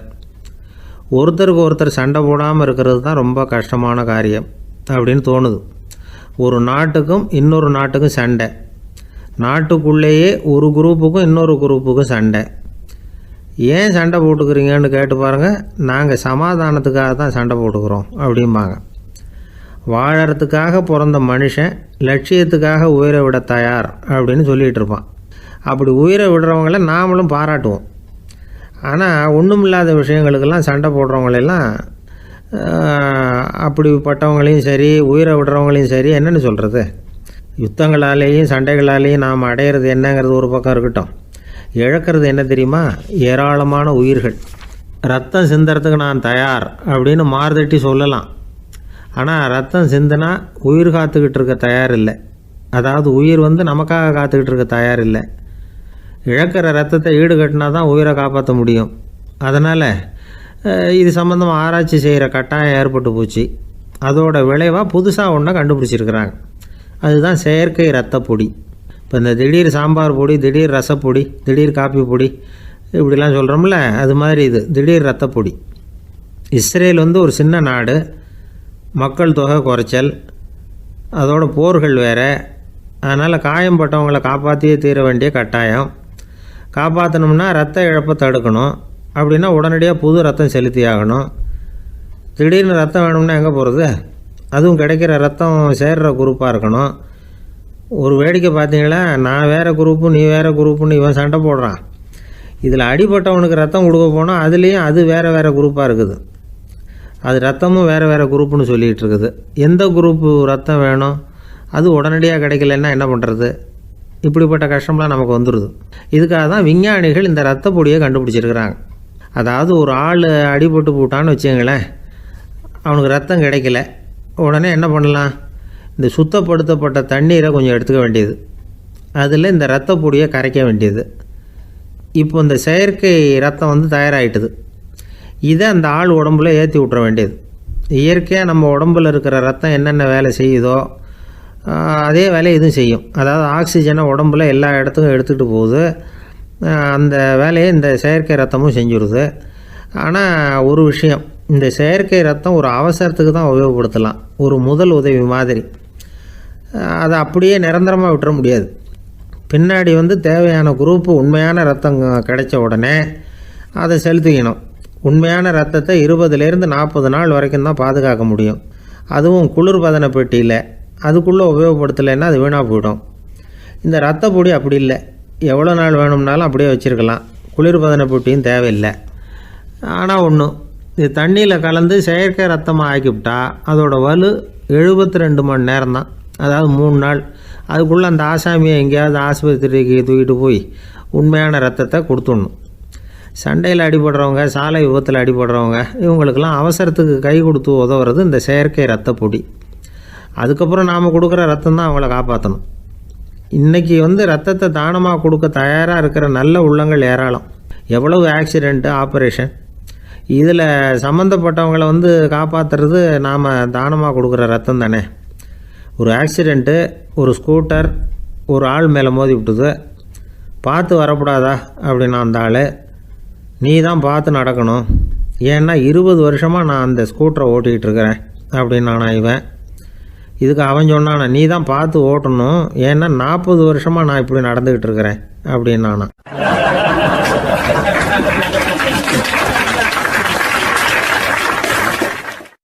அந்த மரத்தின் உச்சியில ஒரு பறவை கூடு, ஏதோ ஒரு பறவை கூடு கட்டியிருந்தது. அது என்ன பறவைன்னா ராஜாளி. ஒரு குரங்கு அந்த மரத்து கிளையில தாவி தாவி குதிச்சுக்கிட்டு இருந்தது. அப்போ இந்த கூட்டுல இருந்த முட்டை அது கண்ணுல போட்டுட்டுது. அதுக்கப்புறம் அது சும்மா இருக்குமா, விளையாட்டா ஒரு முட்டையை எடுத்தது, மரத்தை விட்டு கீழே இறங்குச்சு. கீழே ஒரு குப்பை மேட்டில் ஒரு கோழி சில முட்டைகளை அது பாட்டுக்கு இட்டு வச்சிருந்தது. குரங்கு தன் கையில் இருந்த ராஜாளி பறவையோட முட்டையை அந்த கோழி முட்டைகளோட சேர்த்து போட்டுட்டு போயிட்டுது. கோழி பார்த்தது, அதுக்கு ஒன்றும் வித்தியாசம் புரியல. தன்னுடைய முட்டைகளோட சேர்த்து அந்த ராஜாளி முட்டையையும் சேர்த்து அடைகாத்துது. கொஞ்ச நாள்ல குஞ்சுகள்லாம் பொரிச்சுது, எல்லாம் முட்டையை விட்டு வெளியில வந்தது. ராஜாளி பறவையோட குஞ்சு அந்த கோழி குஞ்சுகளோடவே சேர்ந்து வளர்ந்தது. மற்ற கோழி குஞ்சுகள் போலவே இதுவும் குப்பையை கிளறிச்சு புழு பூச்சிகளை சாப்பிட்டுது. காக்கைகள் தாக்கிறதுக்கு வந்ததுன்னா மற்ற கோழி குஞ்சுகள் மாதிரியே இதுவும் பயந்து போய் தாய் கோழியின் சிறகுகளுக்கு உள்ள ஒளிஞ்சுக்கும். இப்படியே கொஞ்ச காலம் போச்சு. குஞ்சுகள்லாம் வளர்ந்து பெருசாயிட்டுது. சிலது சேவல்களாச்சு, சிலது கோழிகளாச்சு. அந்த ஒன்று மட்டும் ராஜாளி ஆச்சு. ஆனால் ஒரு விஷயம், தான் ஒரு ராஜாளிங்கிறது அந்த பறவைக்கு தெரியாது. தன்னையும் ஒரு கோழின்னே அது நினச்சிக்கிட்டு இருக்கு. அப்படி நினச்சிக்கிட்டு குப்பை மேட்டை கிளறிக்கிட்டு இருக்கு. ஒரு நாள் சாயந்தர நேரம் இந்த ராஜாளி பறவை கீழே அது பாட்டுக்கு வழக்கம் போல குப்பையை கிளறிக்கிட்டு இருக்குது. அப்போ அண்ணாந்து பார்க்குது. வானத்தில் உயரத்தில் கூட்டமாக ராஜாளி பறவைகள் உல்லாசமாக வட்டம் அடித்து பறந்துக்கிட்டு இருக்கு. அதே இது பார்க்குது. இதுக்கு மனசுக்குள்ளே ஏக்கமாக போச்சான். அப்போது இதுக்கு ஆண்டவன் பேரில் கோபம் வந்துதான். ஆண்டவனுக்கு என் பேரில் ஏன் இந்த ஓர வஞ்சனை, என்னையும் ஒரு ராஜாளியாக படைச்சிருந்தா நானும் கூட இந்நேரம் ஆகாயத்தில் உல்லாசமாக பறந்துக்கிட்டு இருப்பேனே அப்படின்னு நினச்சி வருத்தப்பட்டுதான். இது வேடிக்கையாக இருக்குல்ல. ஒரு வகையில் பார்த்தா நாம் கூட இந்த ராஜாளி பறவை மாதிரி தான் வாழ்ந்துக்கிட்டு இருக்கோம் அப்படிங்கிறார் ஒரு உளவியல் நிபுணர். நம்மால் எவ்வளவு வேலை செய்ய முடியும் அப்படின்னு நாம் நினச்சிக்கிட்டு இருக்கிறோமோ அதை விட பல மடங்கு நம்மால் வேலை செய்ய முடியுமா, பல மடங்கு வேகமாகவும் வேலை செய்ய முடியும் அப்படிங்கிறார் அவர். நம்முடைய முழுமையான பலம் என்னங்கிறது நமக்கே தெரியறதில்ல, அதுதான் கஷ்டம். நம்முடைய பலம் தெரியாததுனால தான் நாம் எதுக்கு எடுத்தாலும் பயந்துக்கிட்டு இருக்கிறோம். ஒரு ஆள் இருந்தான், அவனுக்கு எப்படின்னா கோழியை கண்டா பயப்படுவான். ஏன் கோழியை கண்டா பயம்னா, அவனுக்கு மனசுக்குள்ள தான் ஒரு புழுன்னு நினைப்பு. தன்னை ஒரு புழுவா நினைக்கும் பொழுது, புழுன்னா கோழி கொத்தும்ல, அதனால கோழியை கண்டு பயப்பட ஆரம்பிச்சிட்டான். இவன் நடுங்கிடுவான். எதிரில் கோழி வந்ததுன்னா உடம்பு பூரா நடுங்க ஆரம்பிச்சிடும். வீட்டில் இருக்கிறவங்க பார்த்தாங்க. இவனை அழைச்சிட்டு போய் ஒரு மனநோய் மருத்துவமனையில் சேர்த்துட்டாங்க. அங்கே உள்ள டாக்டர் இவருக்கு சிகிச்சையெல்லாம் கொடுத்தார். ஒரு வாரம் இவனை தங்க வச்சு வேண்டிய சிகிச்சையெல்லாம் கொடுத்து மன ரீதியாக அவனை மாற்றி, சரி இனிமேல் நீ வீட்டுக்கு போகலாம்னு சொல்லி அனுப்பி வச்சார். வீட்டுக்கு புறப்பட்டான். அப்போ சொன்னார், இதை பாருப்பா, நீ வீட்டுக்கு போகலாம், நேராக வீட்டுக்கு போ, நல்லா ஞாபகம் வச்சுக்கோ, இனிமே நீ ஒரு புழு கிடையாது, மனுஷன், தைரியமாக புறப்படு, போயிட்டு வா அப்படின்னு சொல்லி வழி அனுப்பி வச்சார். சரிங்க டாக்டர்னு சொல்லிவிட்டு இவன் புறப்பட்டு போனான். பாதி வழி போயிருப்பான். லேசாக நிமிர்ந்து பார்க்குறான், எதிரில் ஒரு கோழி வந்துக்கிட்டு இருக்கு. அது பாட்டுக்கு சாதாரணமாக நடந்து வந்துக்கிட்டு இருந்தது. அவ்வளவுதான், இவன் உடம்பு கிடுகிடுன்னு ஆட ஆரம்பிச்சுட்டுது. திரும்பி ஓடி வந்துட்டான். டாக்டர் கேட்டார், ஏன்ப்பா திரும்பி ஓடி வந்துட்டேன்னு. பாதி தூரம் போயிட்டேன் டாக்டர், எதிரில் ஒரு கோழி வந்துக்கிட்டு இருக்குது, அதான் பயமாக இருந்தது, வந்துட்டேன்னா. டாக்டருக்கு ஒரு மாதிரி ஆகிடுது. அவர் சொன்னார், இதை பாருப்பா, நான் தான் சொன்னேனே, நீ ஒரு புழு இல்லை, மனுஷன். இனிமே நீ புழு கிடையாது, நீ ஒரு மனுஷன். நீ ஒரு புழு இல்லைங்கிறது இன்னமும் உனக்கு புரியலையா அப்படின்னார் டாக்டர். நான் புழு இல்லைங்கிறது எனக்கு தெரிஞ்சுட்டுது டாக்டர், இது அந்த கோழிக்கு தெரியுமான்னு தெரியலையே அப்படின்னா. இவெல்லாம் எந்த காலத்தில் மாறுறது? அதனால் வாழ்க்கையில் வெற்றி பெறணும் அப்படின்னு நினைக்கிறவங்க யாராக இருந்தாலும் தன்னுடைய பலம் என்ன அப்படிங்கிறத முதல்ல புரிஞ்சுக்கணும். தன்னுடைய சக்தியை புரிஞ்சுக்கிட்டவன் வெற்றி பெறுவது நிச்சயம்.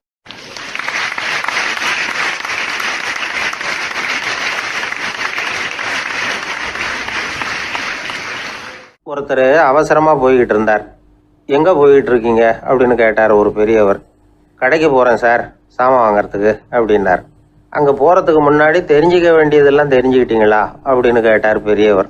கடைக்கு போய் காசை கொடுத்து ஒரு பொருளை வாங்கிட்டு வரப்போகிறோம், இதில் தெரிஞ்சிக்க வேண்டியது என்ன இருக்குது அப்படின்னார் அலட்சியமாக. இப்போ அந்த பெரியவர் பேச ஆரம்பித்தார். இந்த உலகத்தில் எந்த ஒரு செயலில் இறங்குறப்போவும் நாம் நல்லா ஆலோசனை பண்ண வேண்டிய விஷயம் 5 அப்படின்னார்.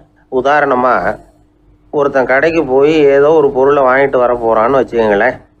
அப்போ கூட அவன் 5 விஷயங்களை பற்றி தெரிஞ்சுக்க வேண்டியிருக்குது அப்படிங்கிறார் அவர். முதல்ல அந்த பொருள் எப்படிப்பட்டது அப்படிங்கிறத தெரிஞ்சுக்கணும். ரெண்டாவதாக தன்னை பற்றியும் தெரிஞ்சுக்கணும். அப்போ தான் அந்த பொருள் தனக்கு தேவையா இல்லையா அப்படிங்கிறத புரிஞ்சுக்க முடியும். மூணாவதாக தெரிஞ்சுக்க வேண்டியது ஒன்று இருக்குது. அது என்னன்னா, அந்த பொருளை அடையறதுக்கு வழி என்ன அப்படிங்கிறத தெரிஞ்சுக்கணும். அதாவது எவ்வளவு பணம் கொடுத்தா அது கிடைக்கும், இது மாதிரியான விஷயங்கள். நாலாவதா, அந்த பொருளை அடையிறது மூலமாக நாம் அடையக்கூடிய பயன் என்ன அப்படிங்கிறதையும் உணரணும். அஞ்சாவது, அந்த பொருளை அடையிறதுல இருக்கக்கூடிய தடை எது அப்படிங்கிறதையும் நாம் தெரிஞ்சுக்கணும். பெரியவர் பேசுறது ஏதோ தத்துவம் மாதிரி தெரியுது இல்லையா? தத்துவம் தான்.